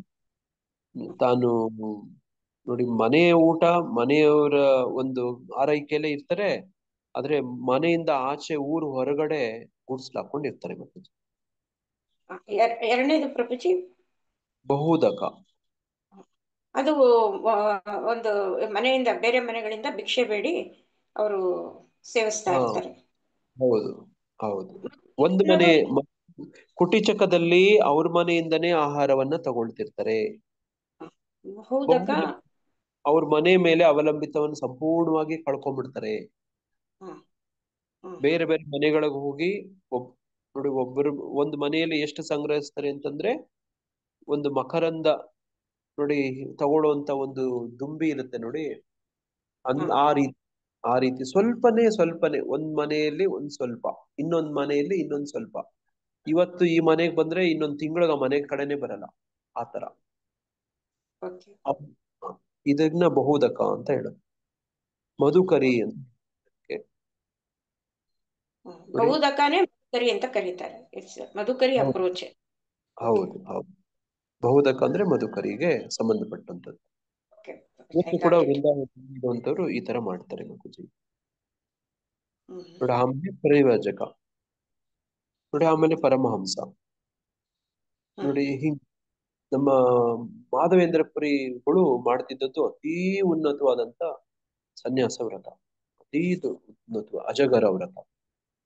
ನೋಡಿ ಅಲ್ಲಿ ಹಿಂಗೆ ಹಂತಗಳು ಇರ್ತವೆ. ಅದಕ್ಕೆ ನಾವು ನಮ್ಮ ಆಚಾರ್ಯರನ್ನ ಕೊಂಡಾಡ್ಬೇಕು ಅಂದ್ರೆ ಹಿಂಗೆ ಹೇಳ್ತೀವಿ, ನಮ ಓಂ ವಿಷ್ಣುಪಾದ ಪರಮಹಂಸ ಪರಿವರ್ಜಕಾಚಾರ್ಯ. ನೋಡಿ ಪರಮಹಂಸ ಪರಿವರ್ಜಕಾಚಾರ್ಯ ಅಂತ ಹೇಳ್ತೀನಿ. ಹರೇ ಕೃಷ್ಣ ಪ್ರಭು, thank you very much. Hare Krishna ಪ್ರಭುಜಿ. Hare Krishna. ಮತ್ತೇನಾದ್ರು ಪ್ರಶ್ನೆ ಇದವಾ? ನೋಡಿ ಒಟ್ಟಾರೆ ನಾವು ಅಭಯ ಅನ್ನೋ ವಿಚಾರ ಚರ್ಚೆ ಮಾಡಿದ್ವಿ. ನೋಡಿ ಇಲ್ಲಿಂದ ಗರ್ಭಧಾನ ಸಂಸ್ಕಾರದಿಂದ ಪ್ರಾರಂಭ ಆಗಿ ನೋಡಿ ಈ ಬೇರೆ ಬೇರೆ ಸಂಸ್ಕಾರಗಳ ವಿಚಾರ ಎಲ್ಲ ಕೇಳಿ ತಿಳ್ಕೊಂಡು ಆಮೇಲೆ ಒಬ್ಬ ವ್ಯಕ್ತಿ ಬ್ರಹ್ಮಚಾರಿಯಾಗಿ ನೋಡಿ ಹೆಂಗೆ ಒಂದು ವರ್ಣಕ್ಕೆ ಬ್ರಾಹ್ಮಣ ಗುರು ಆಗ್ತಾನೆ, ಇಡೀ ಆಶ್ರಮಗಳಿಗೆ ವರ್ಣಗಳಿಗೆಲ್ಲ ಸೇರಿ ಒಬ್ಬ ಸನ್ಯಾಸಿ ಗುರು ಆಗ್ತಾನೆ. ಇವ್ರಿಗೆಲ್ಲರಿಗೂ ಮಾರ್ಗದರ್ಶನ ಮಾಡುವಂತ ಒಬ್ಬ ಸನ್ಯಾಸಿ ಆತನಿಗೆ ಕೃಷ್ಣನ ಮೇಲೆ ಎಷ್ಟು ನಂಬಿಕೆ ಇರಬೇಕು, ಎಷ್ಟು ನಿರ್ಭಯನಾಗಿರ್ಬೇಕು, ಇದು ವಿಚಾರ ಎಲ್ಲ ಒಟ್ಟಾರೆ ಕೇಳಿ ಏನಪ್ಪ ಗ್ರಹಿಸ್ಕೊಂಡ್ರಿ, ಜೀರ್ಣಿಸ್ಕೊಂಡ್ರಿ, ಅರಗಿಸ್ಕೊಂಡ್ರಿ, ಅದನ್ನ ಪಾಲಿಸುವಂಥದ್ದು ಏನು ಅಂದ್ರೆ ಸನ್ಯಾಸಿಗೆ ನಾವು ಯಾಕೆ ಅಷ್ಟೊಂದು ಗೌರವ ಕೊಡ್ತೀವಿ ಅಂದ್ರೆ ನೋಡಿ ಹಿಂಗೆ ಇರುತ್ತೆ ಆತನ ವಿಚಾರಗಳು. ಹಂಗಾಗಿ ಯಾವುದೇ ಧರ್ಮದ ಯಾವುದೇ ಸನ್ಯಾಸಿಗಳನ್ನ ನೋಡಿದ್ರೆ ನಮ್ಮ ವೈಷ್ಣವ ಸದಾಚಾರದಲ್ಲಿ ಹೇಳ್ಕೊಡ್ತಾರೆ ಏನ್ ಮಾಡ್ಬೇಕಂತೆ,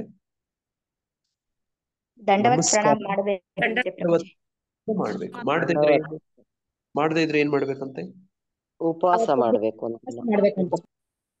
ನೋಡಿ ಅದು ಯಾವುದೇ ಬೌದ್ಧ ಸನ್ಯಾಸಿ ಆಗ್ಬಹುದು, ನೋಡಿ ಅವ್ರು ಯಾವುದೇ ಸನ್ಯಾಸಿ ಆಗ್ಬಹುದು, ನಮ್ಮ ಅದ್ವೈತ ಪರಂಪರೆ ಸನ್ಯಾಸಿ ಆಗ್ಬಹುದು, ನೋಡಿ ಬ್ರಹ್ಮವಾದಿಗಳಾಗ್ಬಹುದು, ನಿರ್ವಿಶೇಷ ನಿರ್ಗುಣ ನಿರಾಕಾರ ಯಾವುದೇ ವಾದಿ ಆಗ್ಬಹುದು. ಸನ್ಯಾಸಿ ಅಂದ್ರೆ ಸನ್ಯಾಸಿ ಇಷ್ಟೇ ನೋಡಿ.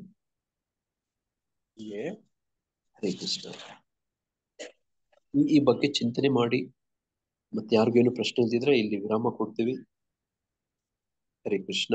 ಏನಾದ್ರು ವಿಶೇಷ ದಿನಗಳಿದಾವ ಮಾತಾಜಿ? ಇಲ್ಲ ಪ್ರಭುಜಿ, ಯಾರು ಹೇಳಿ. ಏನು ಇದ್ರೆ ಕಾರ್ಯಕ್ರಮ ಇಲ್ಲಿ ವಿರಾಮ ಕೊಡ್ತೀವಿ. ವಾಂಛಾ ಕಲ್ಪತರುಭ್ಯಶ್ಚ ಕೃಪಾ ಸಿಂಧುಭ್ಯೇವ ಚ ಪತಿತಾನಾಂ ಪಾವನೇಭ್ಯೋ ವೈಷ್ಣವೇಭ್ಯೋ ನಮೋ ನಮಃ. ಅನಂತ ಕೋಟಿ ವೈಷ್ಣವ ವೃಂದ ಕಿ ಜೈ. ಶ್ರೀಲ ಪ್ರಭುಪಾದ ಕಿ ಜೈ. ಸಮವೇತ ಭಕ್ತ ವೃಂದ ಕಿ ಜೈ. ಗುರು ಮಹಾರಾಜ್ ಕಿ ಜೈ. ಹರೇ ಕೃಷ್ಣ ಕೃಷ್ಣ ಕೃಷ್ಣ ಹರೇ ಹರೇ, ಹರೇ ರಾಮ ರಾಮ ರಾಮ ಹರೇ ಹರೇ. ಹರೇ ಕೃಷ್ಣ.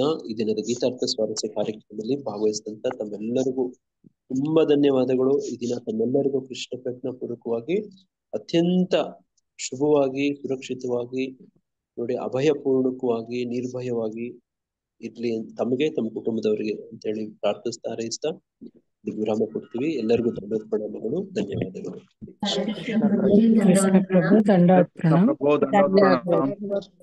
ದಿನ ಶುಭ ಸುದ್ದಿ ಅಂದ್ರೆ 81 ಧನ್ಯವಾದಗಳು ಪ್ರಭುಜಿ. ಧನ್ಯವಾದಗಳು ಪ್ರಭುಜಿ. ಹರೇ ಕೃಷ್ಣ ಪ್ರಭುಜಿ, ದಂಡೋತ್ ಪ್ರಣಾಮ. ಹರೇ ಕೃಷ್ಣ ಪ್ರಭು, ದಂಡಾಲ್ ಪ್ರಣಾಮ. ಪ್ರಣಾಮ. ಹರೇ ಕೃಷ್ಣ. ಹರೇ ಕೃಷ್ಣ. ಎಲ್ಲರಿಗೂ ದಂಡ ಪ್ರಣಾಮಗಳು.